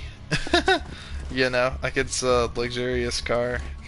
The other car I really wanted to get was this Dodge Charger. It was a 2013 Dodge Charger.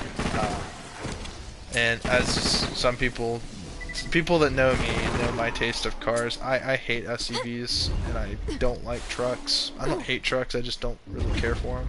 I think they all kind of look the same.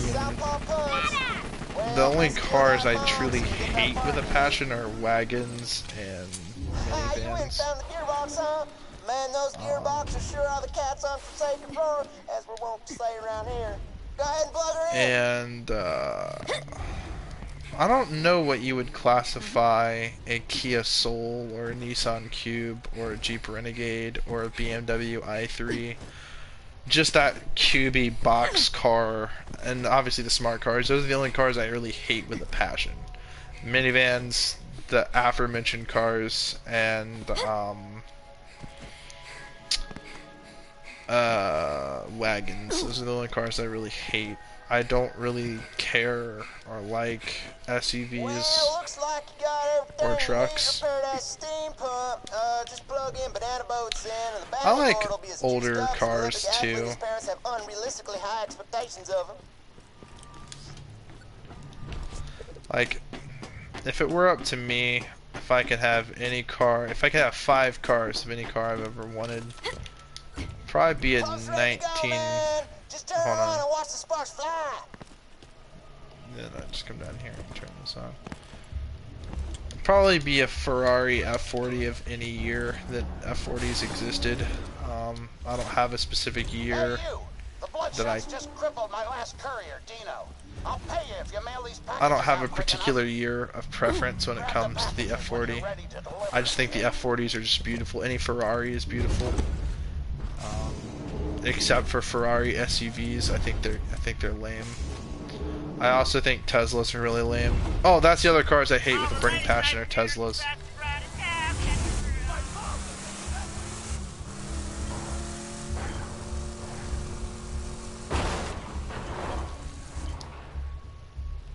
Fuck it. Grenade jumping is not an option.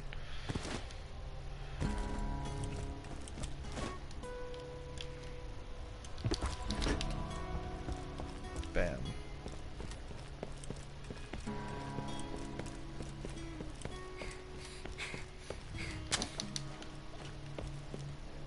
Bam.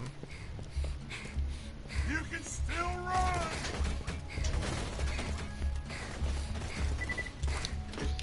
Bam. Bam. We're still at a minute.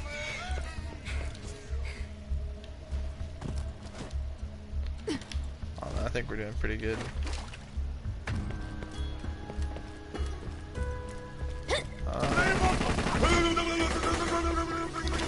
Obviously, you know, in my opinion though, it's not a very popular opinion that I talk about, but it doesn't really matter what you drive as long as it gets you from point A to point B. Even though that's literally every single car's purpose is to get you from point A to point B, I feel like some cars go above and beyond that. I wanted to see. Unfortunately, you're fired, because Dino's recovered enough to get back on his route. I haven't recovered. You just duct taped my legs to these pogo sticks. Fit as a fiddle, he is. Anyway, kid, your severance is in the mail. You just duct taped my legs to pogo sticks. Bro, that... Why do I feel like that's me every time my boss asks me to work a fucking 16-hour shift after working a 16-hour shift yesterday and then working it tonight? Like, I just... Ugh! I hate it.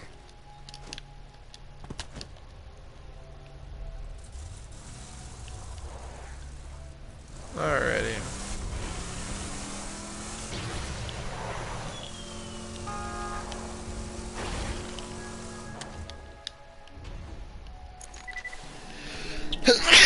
Sorry that you guys had to embrace that. Or hear that.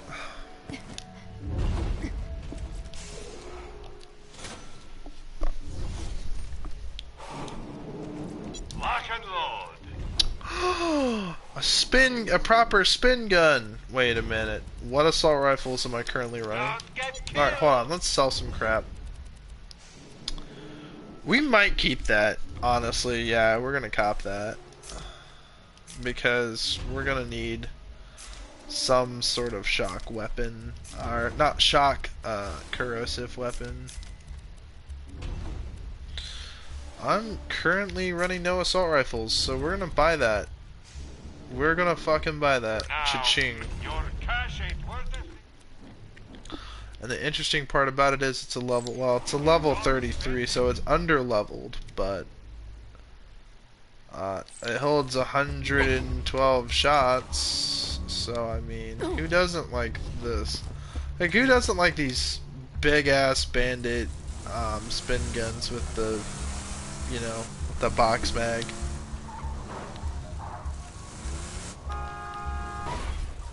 Yeah, I'm opening the gate. Hold it, idiots! Let go. To the dust. Alright guys, now it's our responsibility to quickly get to like level 40. And judging by we're almost halfway there. Late to the dust, huh? You've been off the echo for hours. Thought you might have got brain or something. But you ain't so. Guy. Stuff. Alright, coolio. Yeah, unfortunately this assault rifle is significantly weak compared to the other assault rifles I had in terms of damage output. But because of our badass rank, it actually is pretty high performing. Ellie, sweetheart, when are you gonna come back to Sanctuary? I know you're angry. I'm not going to apologize for what I said, but it's not safe out there.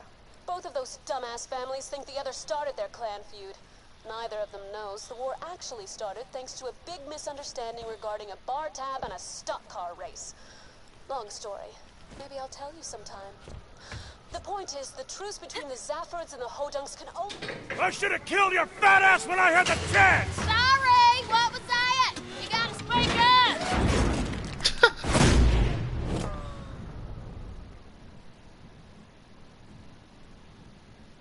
That was awesome. This creature. Oh, howdy! I didn't see you there. So long. Sooner or later, war will break out again, and you do not want to be in the middle of it. Trust me, sugar. You don't have the constitution for it. But hey, if you'd prefer to live near a bunch of bandits who want you dead rather than stay with your mother, who God forbid wants you to care about your appearance, that's your decision to make. But it's the wrong one. Just come back, honey. How does that birth that? Name's Ellie. My brother Scooter told me you was coming. Don't get many visitors around here, especially not one so cute. Trying to rescue your pal Roland from the dam, huh? I bet you could fool those bloodshots if you drove up in one of their custom trucks. I got one right over yonder that I crushed with the driver still inside.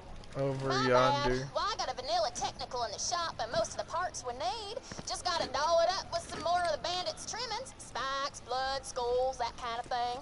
You could probably scavenge that stuff from the bandit patrols around here.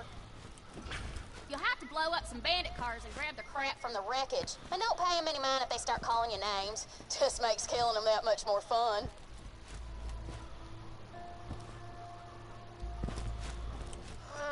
So you and my sister are getting along pretty well, huh?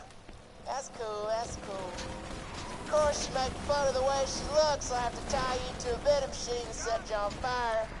But it's cool, you guys are hanging out. It's fine.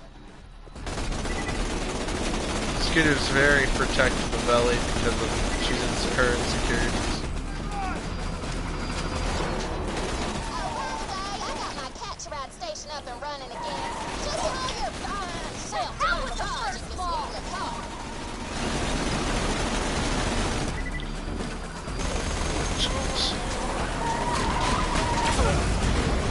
don't fuck with me. I don't know why I thought I was gonna die right there, but I genuinely thought I was gonna die. Let me see the stats. Alright, we're gonna have to use this. Best robot ever. Oh! Damn you. Ruined my butt, suckers. Alright. It's eating through the metal. We're goated. Like, honestly, man, bro, this is fucking based.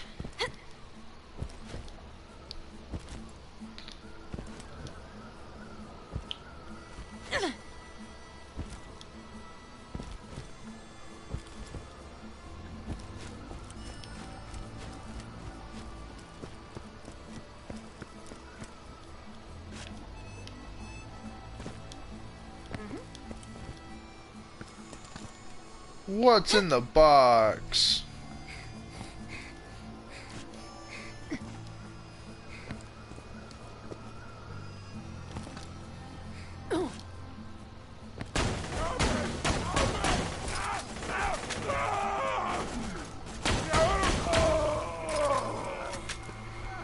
He died. Okay. I miss shields.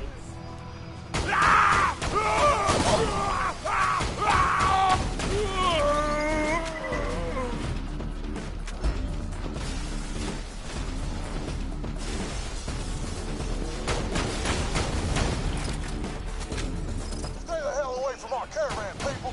We're carrying very valuable stuff for Papa Hodunk, and I ain't getting robbed again.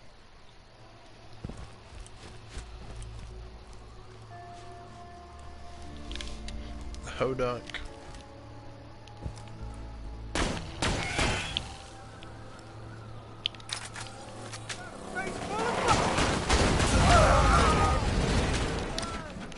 Keep it up! You're just a few more charred bandits from having a ride that'll fool those bloodshots.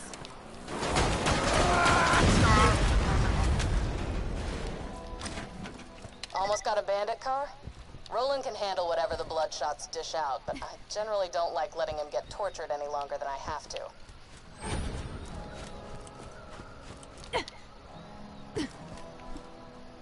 Pandora.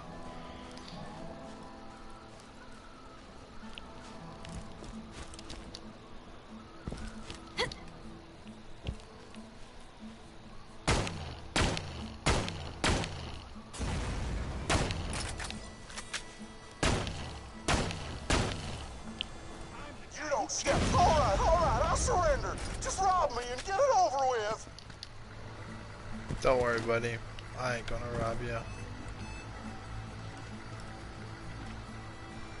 The next time, don't make such stupid threats. Also, he's got a Pandora logo on his thing. I will open this, but I won't take anything from it. Unless it's good. If that was shock damage, I would have actually taken that.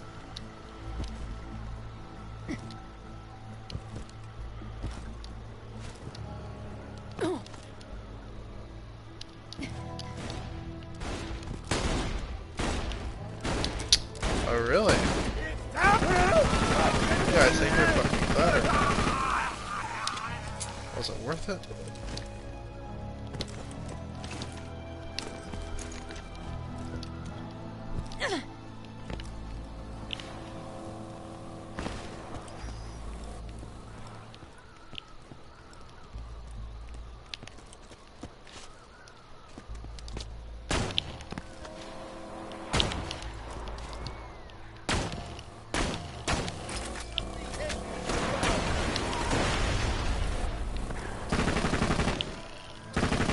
I have a machine pistol, asshole.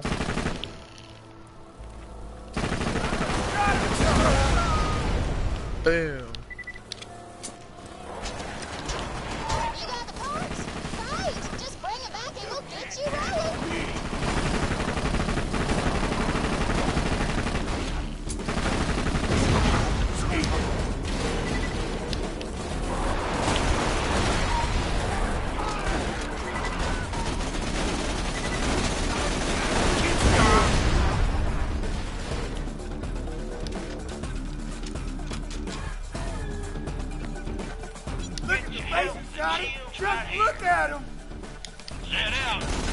Remember when you killed him? That was funny. Hey,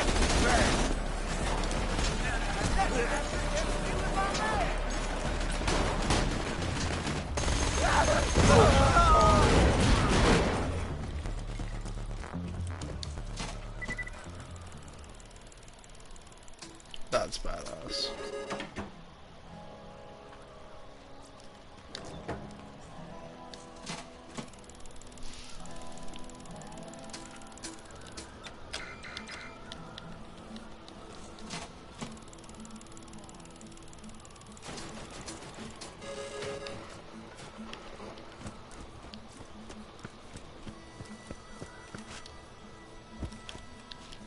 Since we've been grabbing some junk weapons, I think we're gonna go take the time to sell them. Overburdened by money.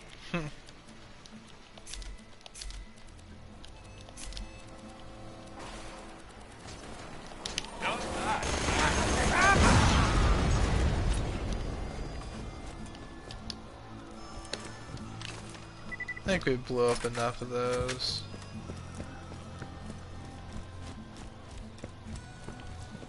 Out here in the dead sands.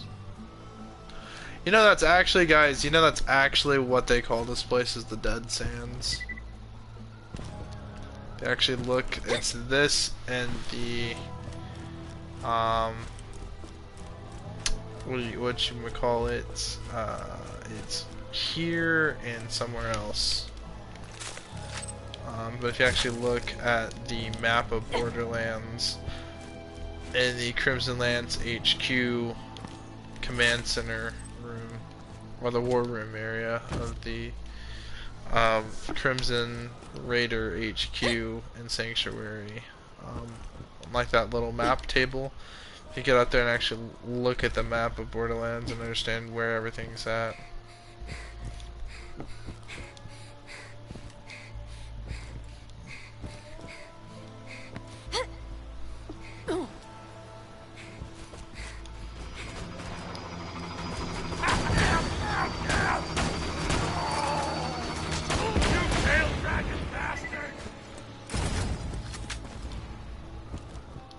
How cool would it have been if we could have had the ability to fly? Like the ability to actually pilot one of those. You had to jump that to get in there. And so we might, if we had to go get the Gwen's head. Hopefully if we get the Gwen's head, hopefully it's in shock element.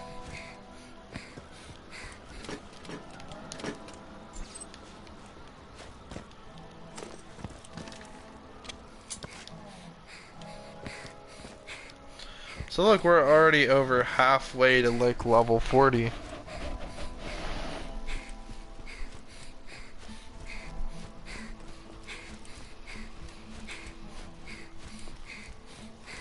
So after the Flame of the Firehawk quests, oh shit, it's like 1:30.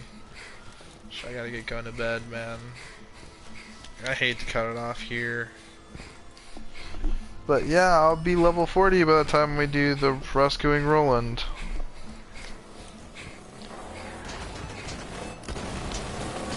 Mainly just because it's mainly out of just XP. But if I didn't have work, if I had all the time in the universe, I could beat this game in one sitting. Like, that's how much of a Borderlands fan I am.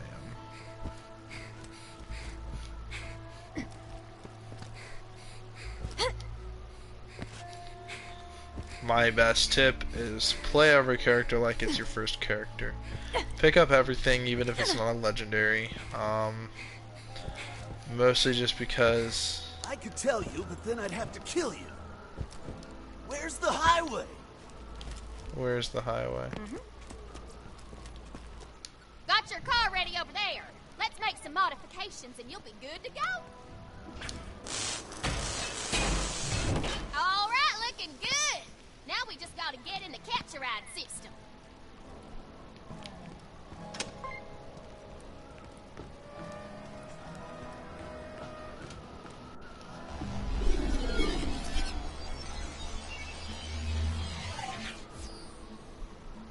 Groovy! Now you you construct one of those bandit-looking things from any of my brother's catch rides. Come back and see me sometime, you sumbitch. And tell Scooter to stop setting my customers on fire. I can take care of myself.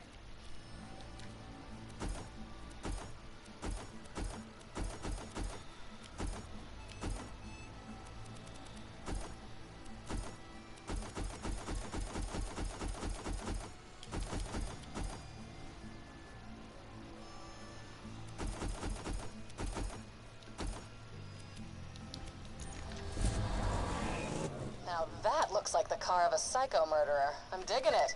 Get back to the Bloodshot Dam and try honking your way in again. Logins. That's awesome.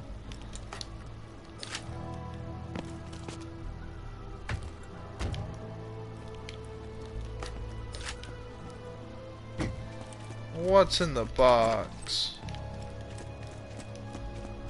Oh, it's such a good movie, 7.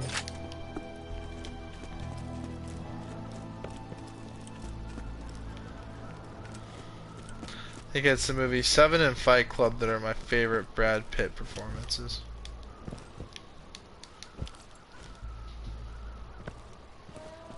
Get up here and talk to this. I'm requesting a flyby. Huh. If you guys don't know, this is just one big Top Gun reference. Obviously, you know, he's in the aviation outfit, and, you know, he's paramilitary dressed up, and, you know, he's got his aviation patch on his arm, and it says too close for missiles, danger zone, bring an incendiary or explosive weapon. Take my breath away. Oh, and he says take my breath away, which is the song in Top Gun.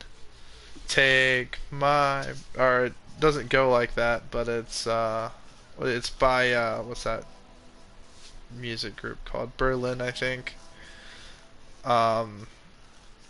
Obviously, you know, his name's Loggins, and Kenny Loggins made the song Danger Zone, which is in the description of the mission. I'm in the danger zone, man. My buddies kicked me out of their gyro squad, and now they're celebrating with gyro a round of squad. psycho head volleyball. And they're Steal playing their volleyball. balls and burn their net. So, obviously, you know, in the movie Top Gun, there's this crazy volleyball scene, I guess, and Quentin Tarantino describes it as being gay. So, I thought it was kind of funny, but, what do you call it, yeah, this is, obviously they're playing volleyball, and we gotta jump we're doing some stuntman shit, so it's, obviously we're in the danger zone. You really are a cowboy. Now snag those volleyballs and get some jet fuel.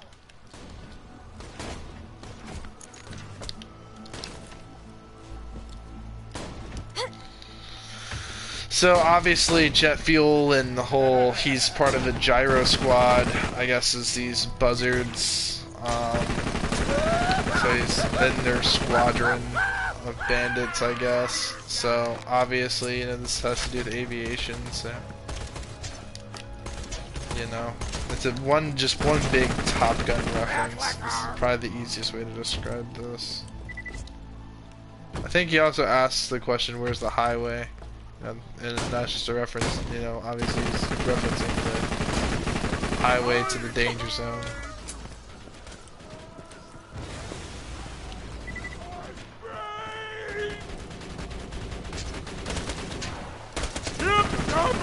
I have personality!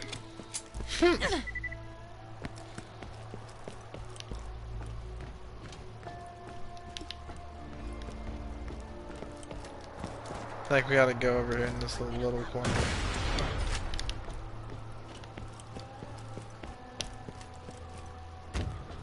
And I think it's down here. There's another one of those spawns. I bet if you can rocket jump or do the double grenade jump with Salvador to get up here. I'm trying to find that other box. Hopefully, I want to get the Gwen's head to spawn in. I want Handsome Jack to say, "What's in the box?"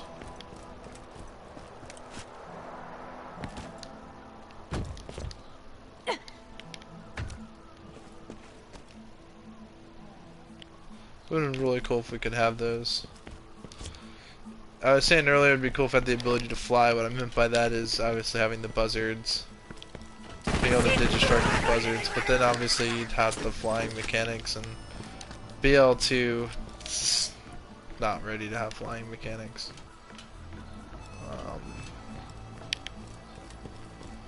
Which the world of aviation interests me. I try to convince myself that my future self is going to buy a Cessna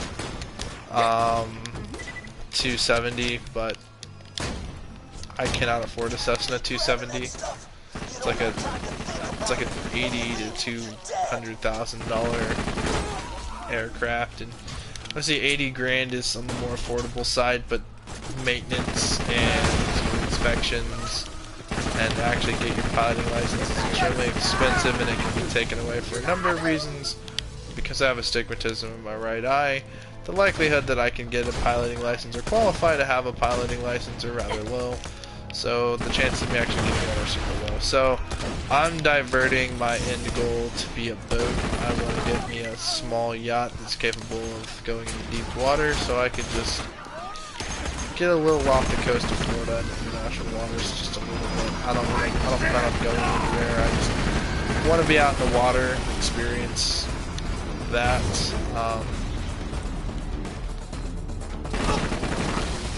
Obviously, I love water. I'm a water person.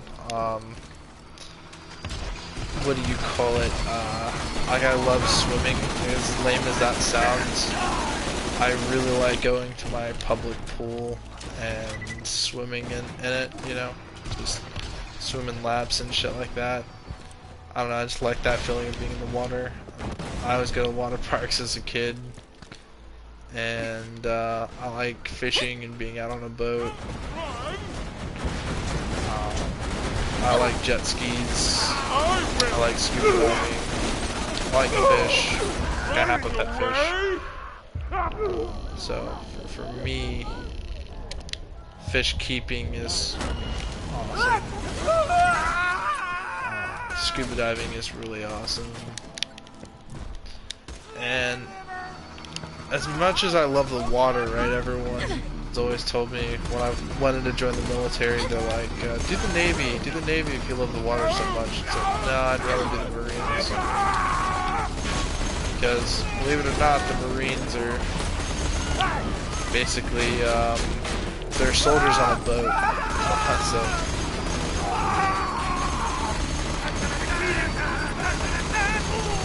oh my god, that's an Apocalypse Now reference, the whole Ride the Valkyries. Da da da da da da da da da da da da. We've never seen Apocalypse Now here. Not cool. Everything. Don't bug out now.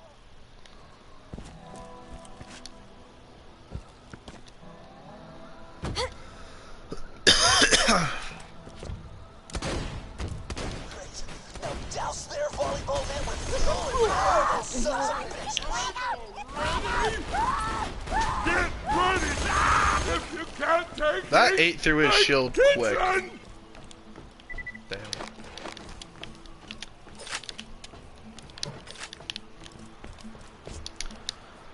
Brody, we're about to be done with this shit, bro. Out because they thought I was just some chump. But you're gonna show them. You're gonna show them I am dangerous. That must have buzzed their towers. No more sweaty slow motion volleyball for you jackasses. the need to seed. Crap. Hold on, he said no more slow motion sweaty volleyball. That's an exact reference to Top Gun. You guys who kicked me out. Blow them away! Shirtless men. Really splash those suckers, yeah! That's awesome.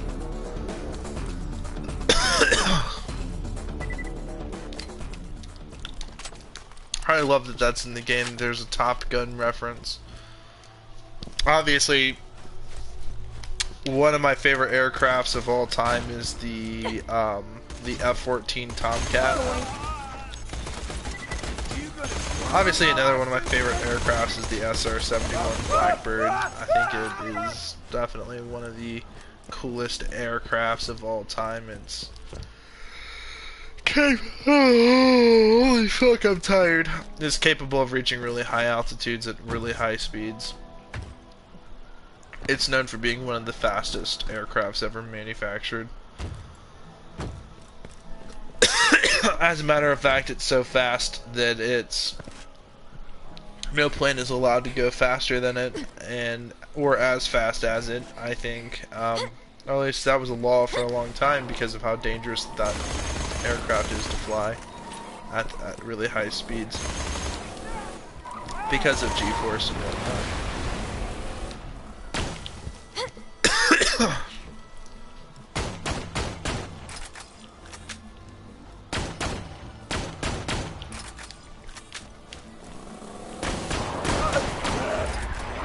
Son of a bitch, dude. What did I tell you, sucker?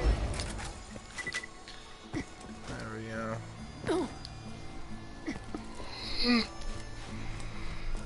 go. Dude, if we're gonna become level fucking 40 before we rescue Roland, dude, this shit, we got this in the bag. Let's just be honest here, because at this point in time, it's expected to be like your level 37, right? So we're just a little bit ahead of the game here.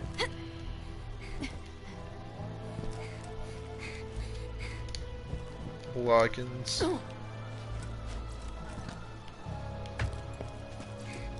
I wish we had more missions for this guy. You can be my wingman anytime. Top Gun. Bro. The amount of Top Gun references with the guy is too much, man. I love it. I'm legally obligated to tell you, I ain't a real doctor.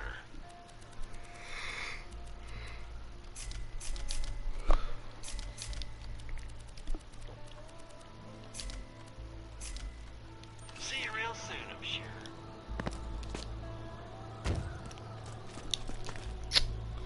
Want to help me with something? Have you seen those hood ornaments the Hodunks made to me? I think they're trying to mock me or something. But that design is bad-ass. Could you strap some of their cars and bring me a few of those ornaments?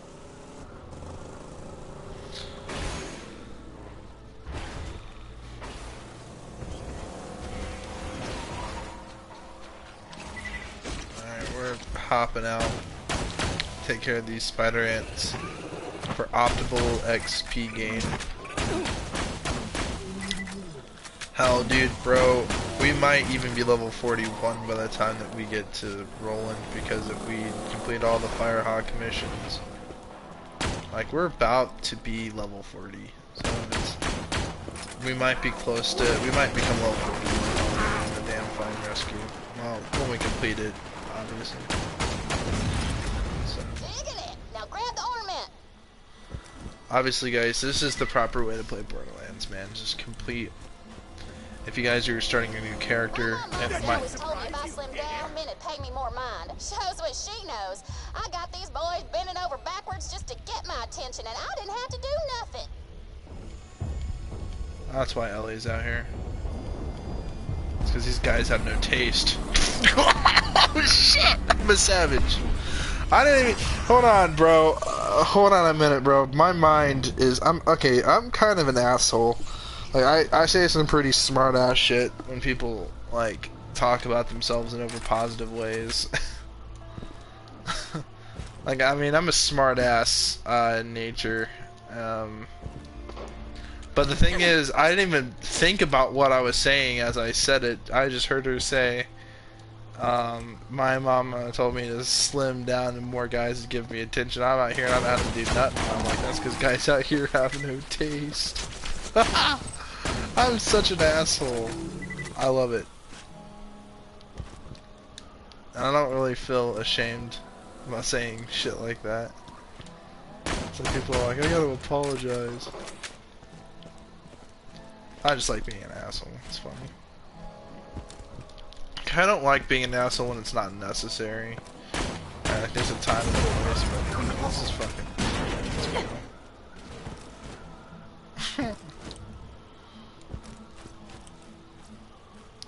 What the fuck is that? Oh, it's a LA statue. It's just the way it fell down. This all kind of reminds me why I came out here in the first place. Lived in Sanctuary for a while, but Moxie kept hassling me about working for her, putting on makeup, losing weight. I just got sick of her nagging and came out here to make it on my own. That, and I was worried Scooter might have a crush on me. What? Please. Just tiny one. Scooter. Scooter, bro. You did not, bro. Scooter be on that P-Hub, bro. He got weird fantasies.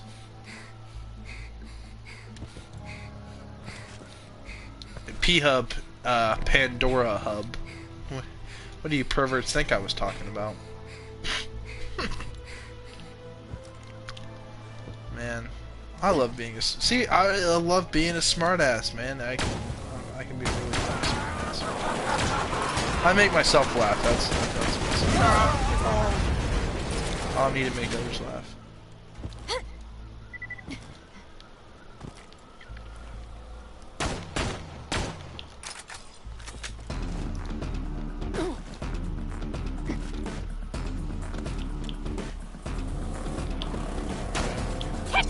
That's it. Kick him in the piston.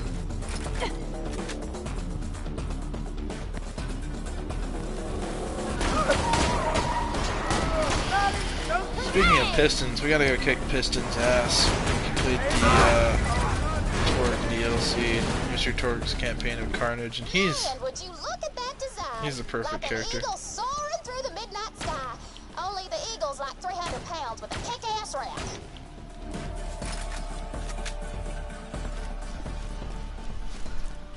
Sorry, that's not a rack. That's like a you got like midget tits, man. Like tits are the size of midgets. It's not awesome. You get smothered by one of them things. I mean, it'd be one hell of a way to go, but Jesus Christ, it's kind of scary. It's spooky. I don't know. I don't know, man. Like, there's such a thing as too big on my books. Like, C size is perfect, man. Why am I talking about tits? I don't know, man. I don't think I ever really grew up, man. Come on. I used to watch Spike TV. How could I ever grow up? When you got fucking guns, explosions, fucking cars, motorcycles, and boobs in your face 24/7. It's like, how could you ever grow up growing up on that? Man. Boobs are awesome. I never grew out of that. It's awesome. I don't know, guys. I liked Spike TV. I liked South Park. And I liked, what was the other show I grew up with? Besides like shows like The Sopranos and whatnot, obviously I grew up with, I grew up watching some of the greatest cartoons that Cartoon Network ever put out, like Total Drama Island, Johnny Test was okay. It's aged horribly, but at the time it was pretty good. Obviously the good ones like Adventure Time, Ed, Edd and Eddy. Ed, Edd and Eddy was probably my favorite. But then there was other cartoons, SpongeBob, I guess. It was not Cartoon Network, it was Nickelodeon. I don't know, man. I did like Toonami though. Like, the anime was pretty fucking based.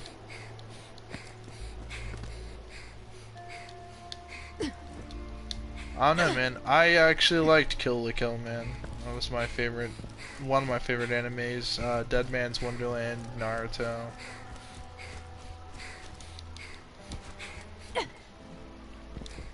I'm not really big into anime. I appreciate it for what it is. I'm not like what do you call it? I'm not a weeb. It's not my identity.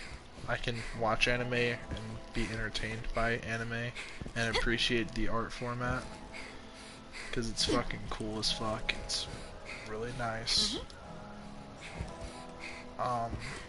It's a really different form of, I don't know, maybe it's my interest in like cell shaded graphics. Like I loved the first Borderlands. I loved reading comics and shit like that. And by comics I meant like, you know, I like Silver Surfer, man. I think Silver Surfer was fucking based. Like just that idea of being a silver man on a fucking surfboard surfing through space, dude. That's like some stoner shit, bro. I'm not a stoner by no means either. I'm just saying, like, that's some, like, Shroom Quest shit, bro. Like, that's some shit you'd hear in a Tool song. See that when they come in and be like, that one's my favorite. They're all the same. Hot!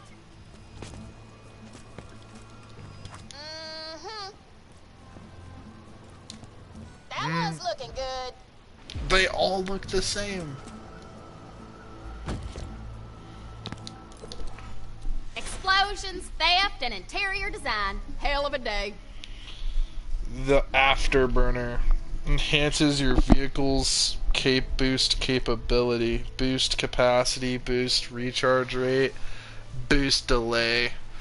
Damn. So, honestly, bro, I never knew that. I actually, this whole time, after all these years, I never paid any attention to that.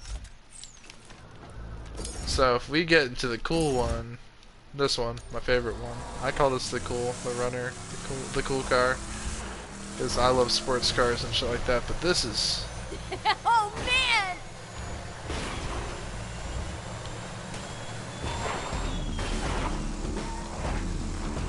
Dude, this thing's got boost for days.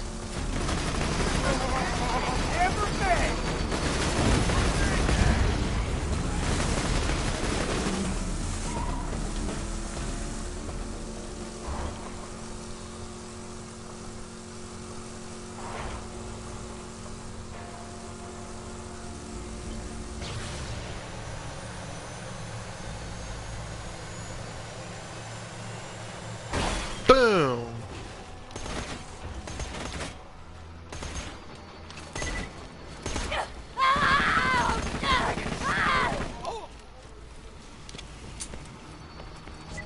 Yeah. I'm going to get off here pretty soon, because it's like almost 2. I got work tonight. But, drop a like or a comment or something like that, man. You don't have to subscribe, but at least a like would be appreciated, man. It lets me know that people still love Borderlands. It's not so much for me, it's just so that I know that people still like Borderlands. Unfortunately, BL3 was kind of cringe, but BL2 is just timeless. Of course, I still think BL1 was the best, but then again, it's not so much the stereotypical, oh, it was the first one, it was the best one. I don't think that at all. I think Borderlands 2 is better in a lot of ways than Borderlands 1. For me, it's just the nostalgia. I just miss playing that game.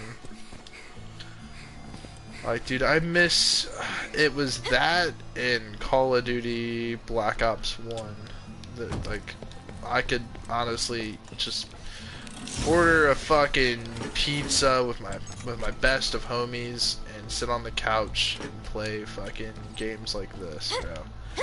Like, bro, I miss those fucking days of just playing MX versus ATV Untamed on the PS3 and then being able to swap over to Borderlands or Black Ops. Back when co-op games were fucking based, and now it's not like that at all. Split screen is dying. It's like a phenomenon or an anomaly of some kind. You know, it's like split screen. What the fuck is split screen? Like people don't know. And it's nothing against games not being good. It's just like split screen will never be the same. the whole co-op experience will never be the same. PS2 was great.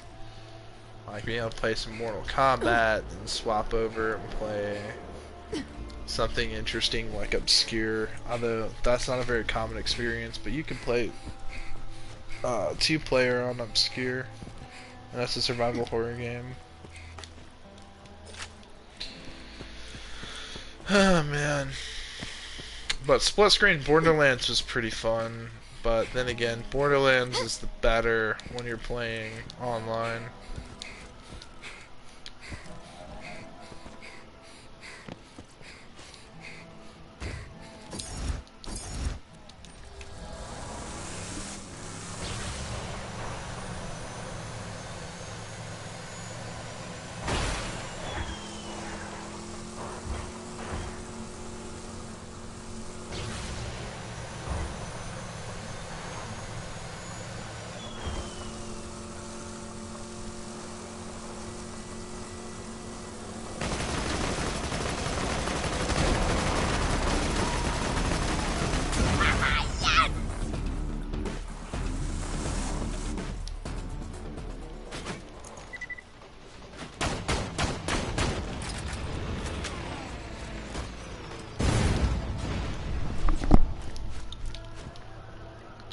Honestly, I'm just gonna try to level up to level 40, and then I'm gonna get off.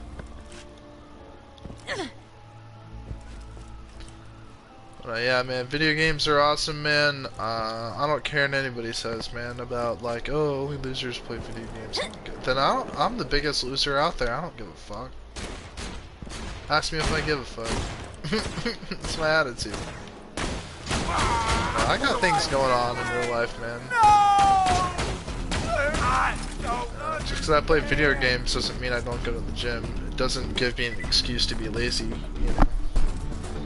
Like, video games don't consume my life. You know, it's just as bad as if you let cigarettes consume your life, or just as bad as if you let soda and fast food consume your life. It's just as bad as if you let alcohol and drugs consume your life. If you let anything consume your life, then it's a bad thing. If you can control your habits, not condone using drugs, but if you can, you know, control your habits, and if they're not forcing you to betray people you love and trust and do horrible things,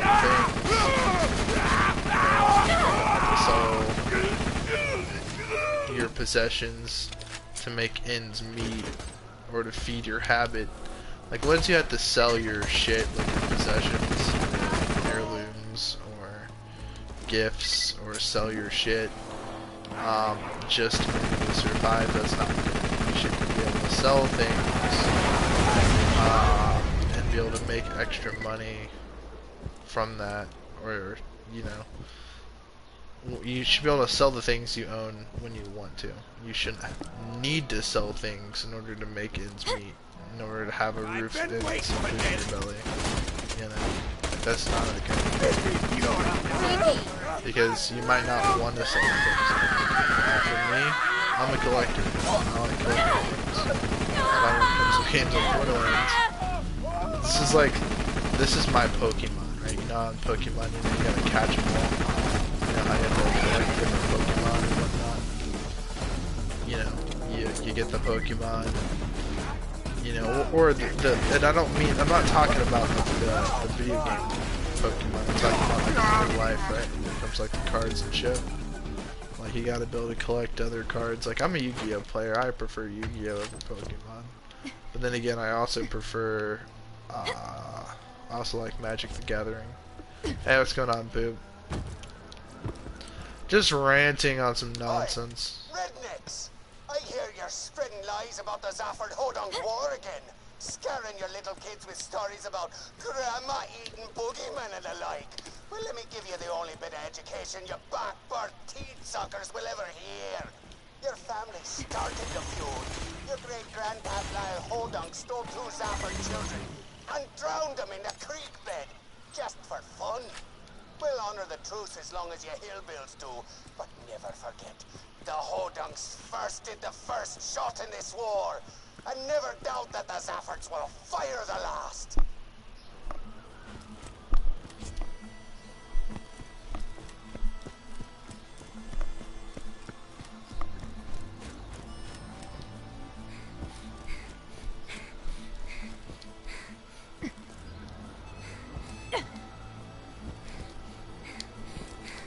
What was I saying? Oh yeah.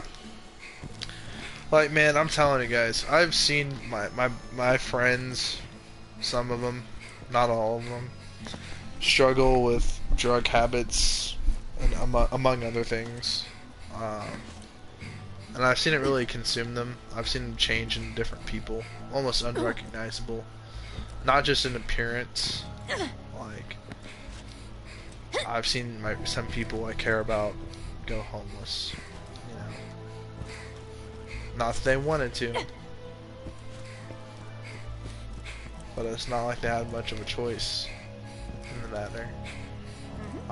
Because it's either, you know,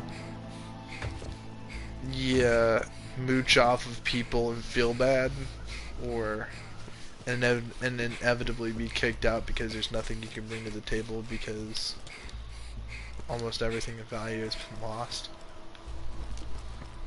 I don't know, man, it's some sad shit, man, and it's not to depress people out, but, you know, even people closest to me, like my dad, you know, I mean, he died earlier this year, but it's, you know, I've seen him struggle with drug and alcohol addiction my whole life. So, yeah, I definitely am on that mindset of just don't let your habits control you. You know. But yeah, that's message of the day, man. Don't let your shit define you. So, video games do not define me. I define me, you know. And I'd say I'm a pretty interesting person, man.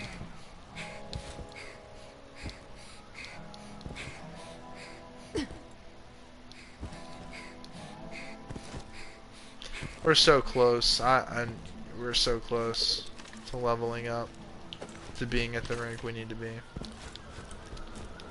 Okay, alright, there's a spider ant. Bam.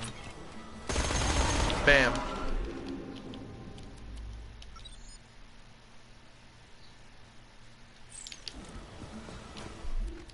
Alright, so now we have a 24% chance of it occurring. No! No! No! Never! This come as shot to me!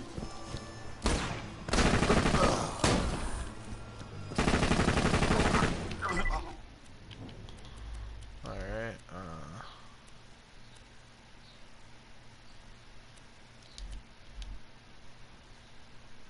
oh, this was a relic, not a class mod.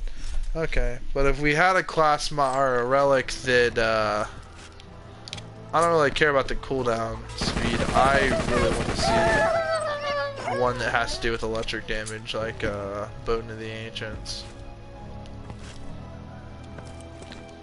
Because if we can get it to, like, a 46% increase to damage, then that means that this, the 21, if it's like a 60-something percent, then we can get it to close to like 70-something percent more electrocute damage, and honestly that's a pretty high number considering that I'm already have like an elemental effect damage of like 120-something percent, so it's already doing double the electrical damage. So on something like this pistol here, it does exactly 651.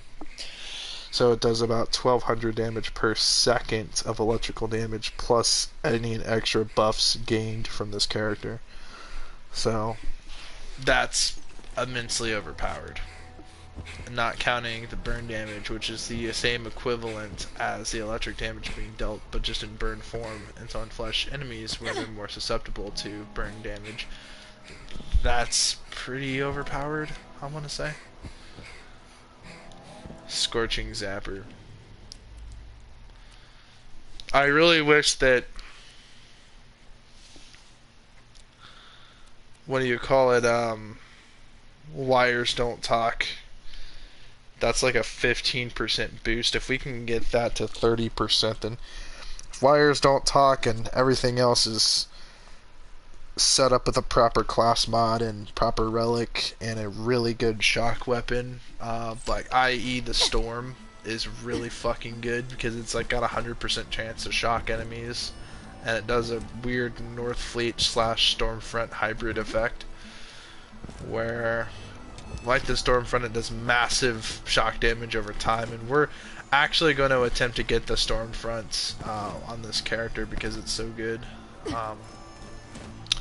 And obviously it's going to be like a level 40 Stormfront, so it should be good until the end of the game. Like, honestly, the Stormfront here is going to be super powerful. It might even overlevel, because it might drop it off like a level or two higher than my actual level by the time I get it. Which is what I'm hoping, because if that's the case, then we can get a really, really good Stormfront. And it will be a high enough level to last the rest of this playthrough. Because anything in the mid to late 40s, legendary grenade-wise, is going to basically last until the end of the game for this playthrough. I can fix that. Prime example is the baseball, or the fastball, often considered one of the best in the game. The Stormfront also considered one of the best in the game. So, you know, easily though, it's simply more effective, and with this character being able to optimize its already highly effective capabilities, yeah, I just think that's really fucking good. Yeah, because my elemental damage, if my elemental chance is at 180, I'd imagine my elemental damage is somewhere a little higher. It might even be at 200. So, if that's really the case, then elemental damage is immensely overpowered, honestly. It's immensely OP, because damage over time, DPS, is just going to be immensely high.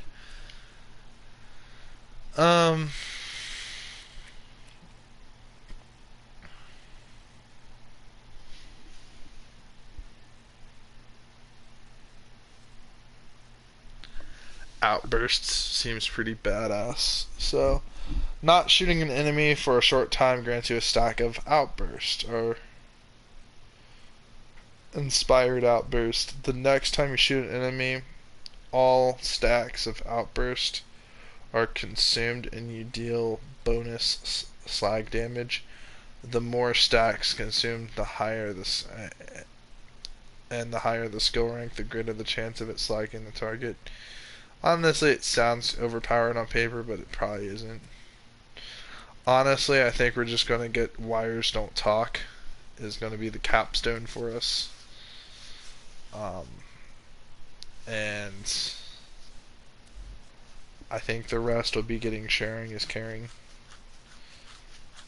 And I think the shield we should probably get is the Black Hole. It's a Hyperion shield, or a Malawan shield, I think.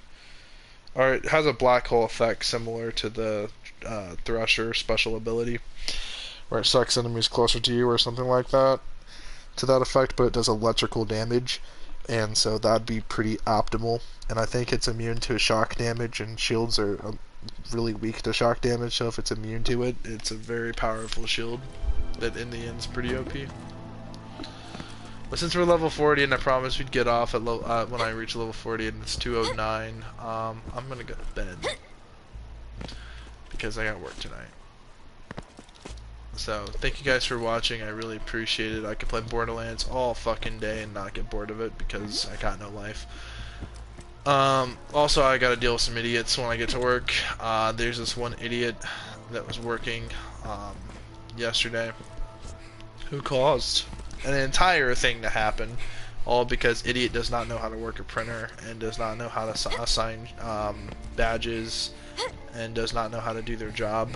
And so because they're left by themselves, they're stumbling and bumbling through the whole thing. So I'm going to just shut them down. I'm going to do all the work tonight, because they are literally useless. And so they can watch, they can take notes, they can kind of learn some things, and hopefully they can go apply it by themselves and learn something, because they are fucking useless. I'm sorry, but they're idiots. I hate really saying that about some of my coworkers, but this one in particular is a fucking idiot. So hopefully,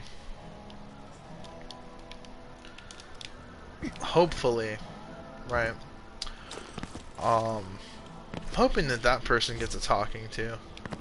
I hope so, man. That'd be funny as fuck. That'd be entertaining. But I'm gonna get off here. We're gonna complete the Firehawk side quests, and we're also going to go into the Sanctuary Ruins and the Caustic Caverns. Simply for XP farm, because, you know, I want to be closer to level 41 by the time we enter the place. Because again, after the Damn Fine Rescue, we eventually get a side quest from Tannis to go back there to get the Stormfront, right? After we do the Teenage Mutant Ninja Turtle reference, I think. Anyway, after killing the Splinter Group, which drops the Stormfront, hopefully we're in our early 40s, and hopefully the grenade itself is like a mid-40s grenade. Because, again, that'll last until Ultimate Vault Hunter mode. So, we'd be pretty fucking set with that. And that's just the plan, is setting we're at that stage now where we're high enough level to set ourselves up for the next game mode. And see, that's, I think, why being a high level counts. Because if we were still in our, like, level 30s, then doing something like that would be really ineffective, because it wouldn't, something that's level 30, even if it's late 30s, will not translate into UVHM. But something that's closer to level 50 might, especially if it's something really powerful and strong, which the Stormfront is. I don't know how effective it would be in UVHM, but I know this for certain, with the high enough elemental and explosive damage, and using it against shields like we will be using it against shields on a character that does high amounts of electrical damage and has the ability to make electrical damage do burn damage, which would optimize the DPS of something like the Stormfront. Or, not the the Stormfront. Dude, it's a match made in literal heaven. So I wonder if the burn ignite chance will also stack with electrical. No, it's specific to electrical burn chance. If it just made it to where that would stack with that, I'd say that hell yeah. Honestly, bro, it's probably, with only 2 points invested into this. This has +4, so 6 points. So that's only 2. It's at 20. It's at 24. Next rank is 28. We could probably get it, I'd say, like 32 or 34%. So it's still a low chance of it happening. But honestly, since it's the Stormfront drops like 3 or 4 other mini grenades that create shock effects on the one target, that's 4 or 5 times the chance. That's 4 times the chance of it occurring, because it's coming from different sources. And obviously the shock damage of the main grenade, so it's like 5 different sources for it to essentially proc the effect of causing burn damage. So I think that's pretty smart. Killing an enemy increases the damage that your burn, electrocute, and corrode status effects deal for a short period of time. Times 6. So your max is going to be like, what, 40 or 30? 30. So, obviously with that in effect, effectively you can dish out massive amounts of damage. And I like that it's not shock specific. I like how it's fire and corrosive effect. Which gives it some less gear dependent and less build dependent versatility there. So that's always good. But mainly with all this shock and fire stuff, it just makes it all the more better. But going into here, yeah, that's pretty good. The lower the health, the faster the recharge rate, and the quicker the delay is. This is kind of okay, honestly. It just helps you get your shield back. If this also had a pretty high boost, like an 80% to your shield capacity, I'd say, dude, this would be totally worth it, but it isn't. Honestly, you're better off doing this close enough.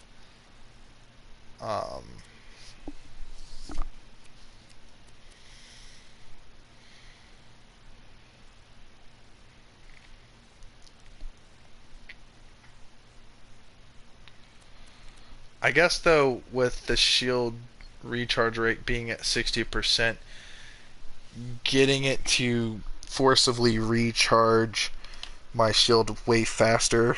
Getting my shield max, or getting my shield back would be pretty good. So getting a good shock damage shield, like a Nova shield. I do think though Anarchy is the way to go because of how overpowered, how Anarchy works.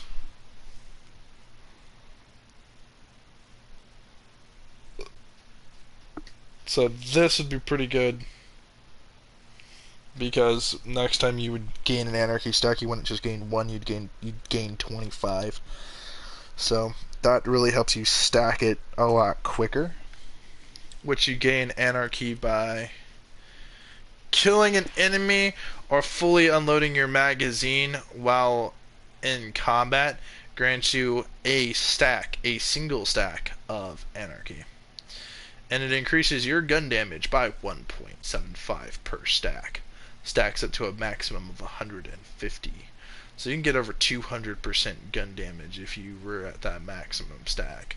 But if you start your stacking at 25 for the price of one, that's pretty fucking good.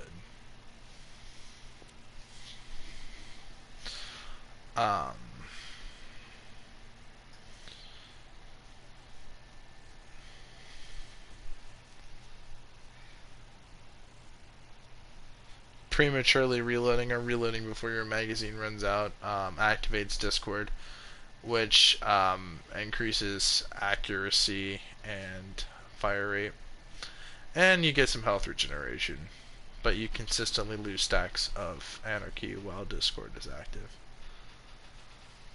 It's pretty dog shit, if you ask me. I just farted.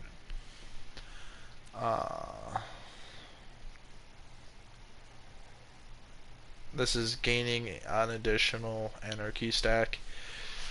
You're going to want to max that out because gaining multiple stacks for the price of one is just going to be better to get that max stack going and being able to get more and more stacks of Anarchy. You know, if I were to strip all these skills away and just invest in Anarchy, like, I mean, it would be pretty powerful. Like, here we can show you guys a build on how overpowered Anarchy really is.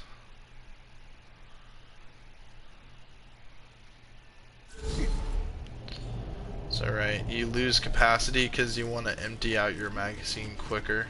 So, hold on. I can show you guys a few specs before getting off.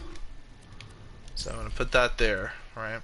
We're going to grab Anarchy so we get stacks of Anarchy. You can only put 4 skill points into this, so minus is 4 rounds in your mag and gives you faster reload speed. This increases the maximum amount of Anarchy that you can have by up to 5. So if you know that max stacks at 150, you get literally plus 250 onto your 150, so that's 400 stacks. So when it maxes at 400, you do over 400 more gun damage, basically. That's fucking OP. Killing an enemy immediately restores a portion of your shield, but a portion of your health is lost. You can basically make it do up to 100% of your shield for 5% of your health. Honestly, bro, not bad. Bam.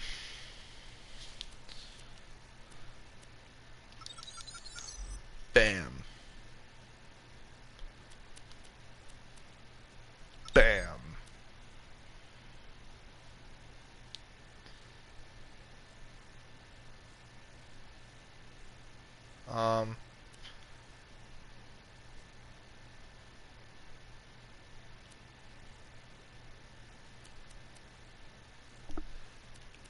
Yeah, bro, that's all I would really need.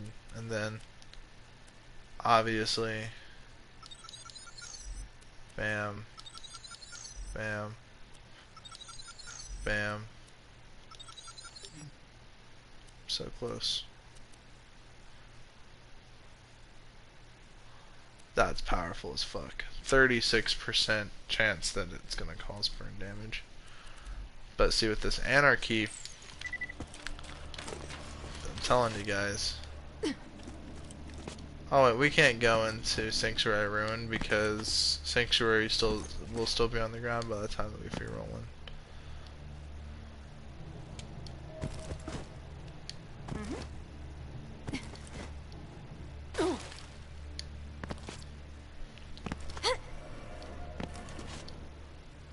I wish it was like damaging an enemy also stacks anarchy, because stuff like electrocute damage per second.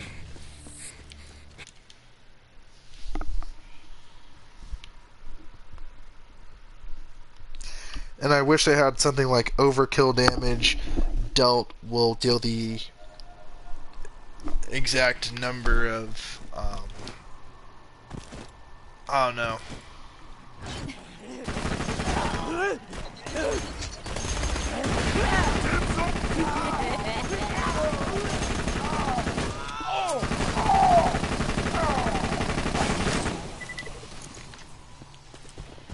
Yeah, pretty overpowered, and that's only with 32 stacks of anarchy. They decay pretty slow too, which means that essentially, like, yeah, it's decaying a lot slower, I think, is what this does. No.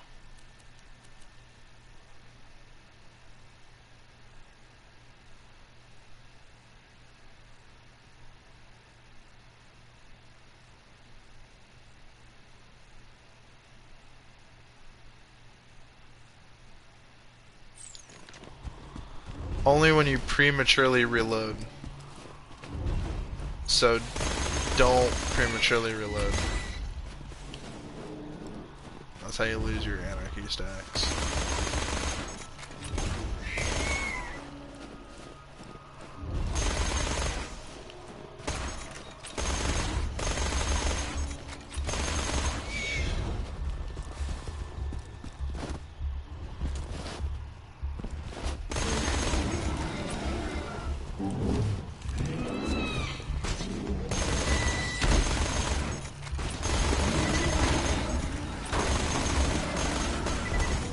Not bad, not bad. Boop!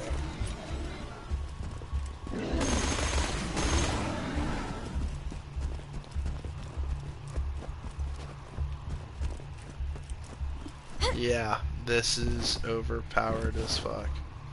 Because if you think about it, it does not really decay unless you prematurely reload. So if you just don't prematurely reload, then the odds of you going in to fight for your life are significantly low.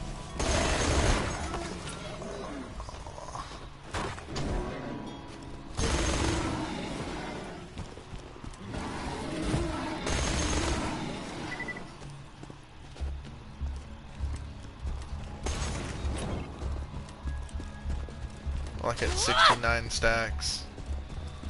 But you also lose accuracy, so that's okay, because if I miss my damn shots...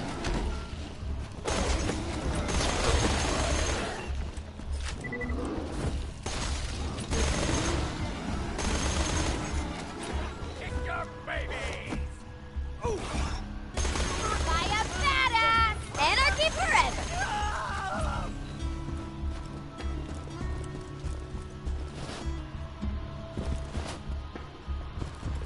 81 stacks. We're doing 81% more gun damage. Dude, this is based. Do you really think about how to run Anarchy? Like, and what it takes to actually run a setup like this? Doesn't take very much, but you can really dish out some crazy shit. Die, midget lover!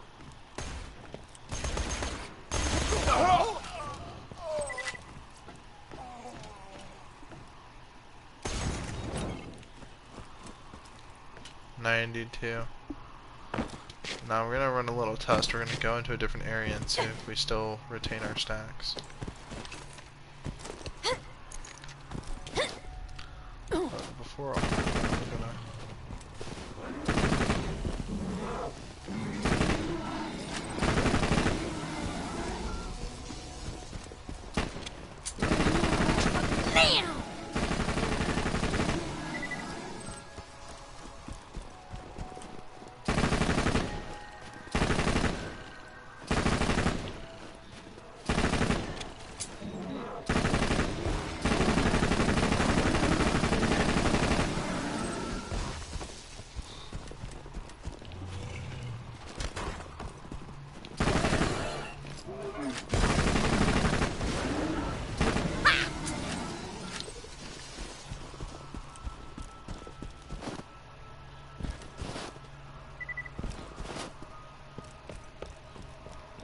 Here's the crazy thing, right? It talks about prematurely reloading. It doesn't say anything about prematurely swapping weapons.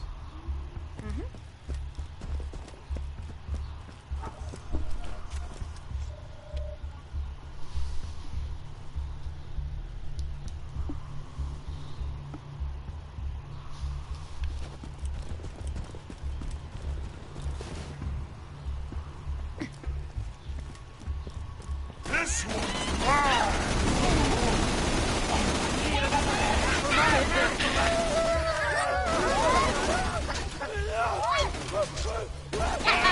Everything's gonna die.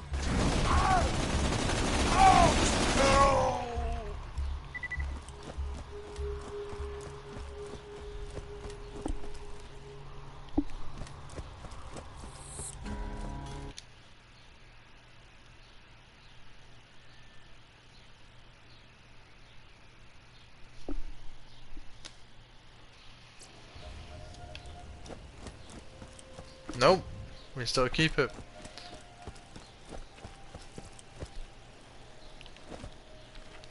Sweet. Which means, guys, if we get up to 400, that means we could easily just breeze through the game. Easily. So right now, I'm doing 2,000 damage per shot with this thing. And matter of fact, with badass ranks, we're doing over 3,000. Dude, okay. Think about this. Gun damage is 369. 369%. So 369% of this is over 3,000. Actually, dude, bro, it's somewhere closer to the... Gosh, I want to say closer to the 4,000 damage range plus 100%. So we're doing 5,000 damage per shot plus elemental effect damage per second. This gun is fucking zipping. I mean, this is absolutely insane. Alright, so there's these little guys down here. These guys are more fire resistant, but that's not really going to matter too much. Anarchy on Pandora.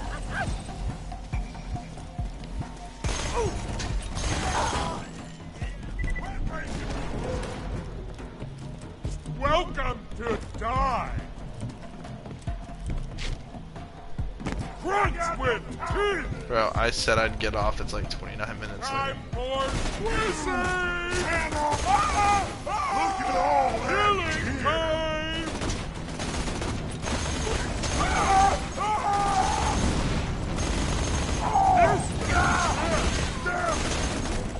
Stack him in back.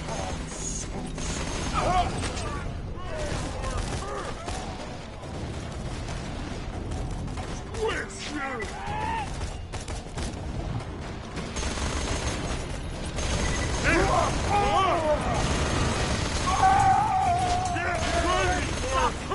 Oh, that's me! Smash the system. You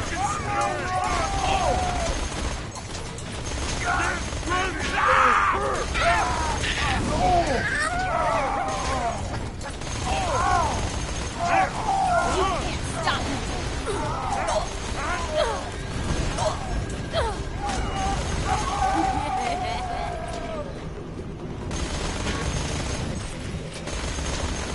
Oh!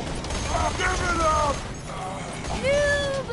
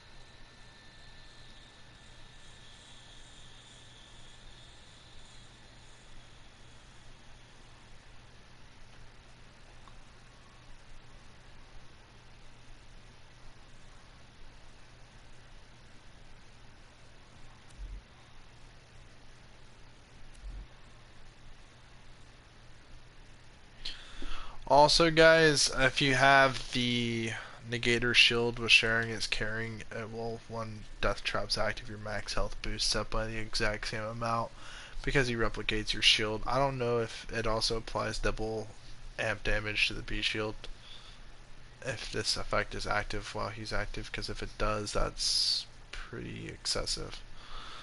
Nothing compared to like Boar, but this character, I think Ultimate Vault Hunter mode was in mind when they developed this character, and overpowered levels were kind of sort of not really too much in mind. I think overpowered levels were more in mind with Krieg.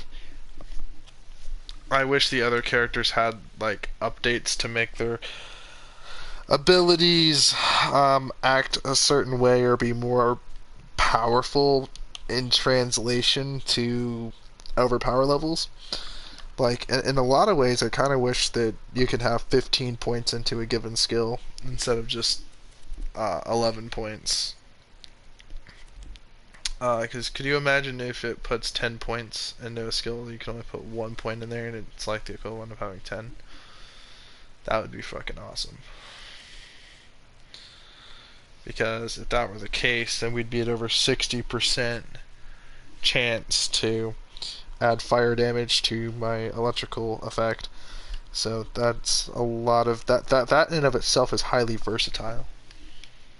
I'd also say Gaige is a little less gear dependent than the other characters, but is still fairly gear dependent on mostly electrical and elemental weapons, which is good because elemental weapons are the way to go because of just DPS and how they work. Where characters like Axton rely a lot on just raw damage and explosives and other things. And obviously has some good melee buffs. Multiple skills where melee damage is affected or increased to some degree. So Axton has some good raw melee potential, but not as much as a character like Zero. Zero has the most melee potential out of most characters, but I think Krieg is the better of the melee characters. Personally, he's a lot stronger and is a lot tankier than Zero, thus allows for melee builds to be far more consistent, included as his melee effects had overpower levels and ultimate Vault Hunter mode in mind when they developed it, so his melee skills translate better in those modes. So I'd say Krieg is probably the best of the melee characters. I don't know what. Alright, guys, I'm getting off. It was great talking to you guys, but I gotta go.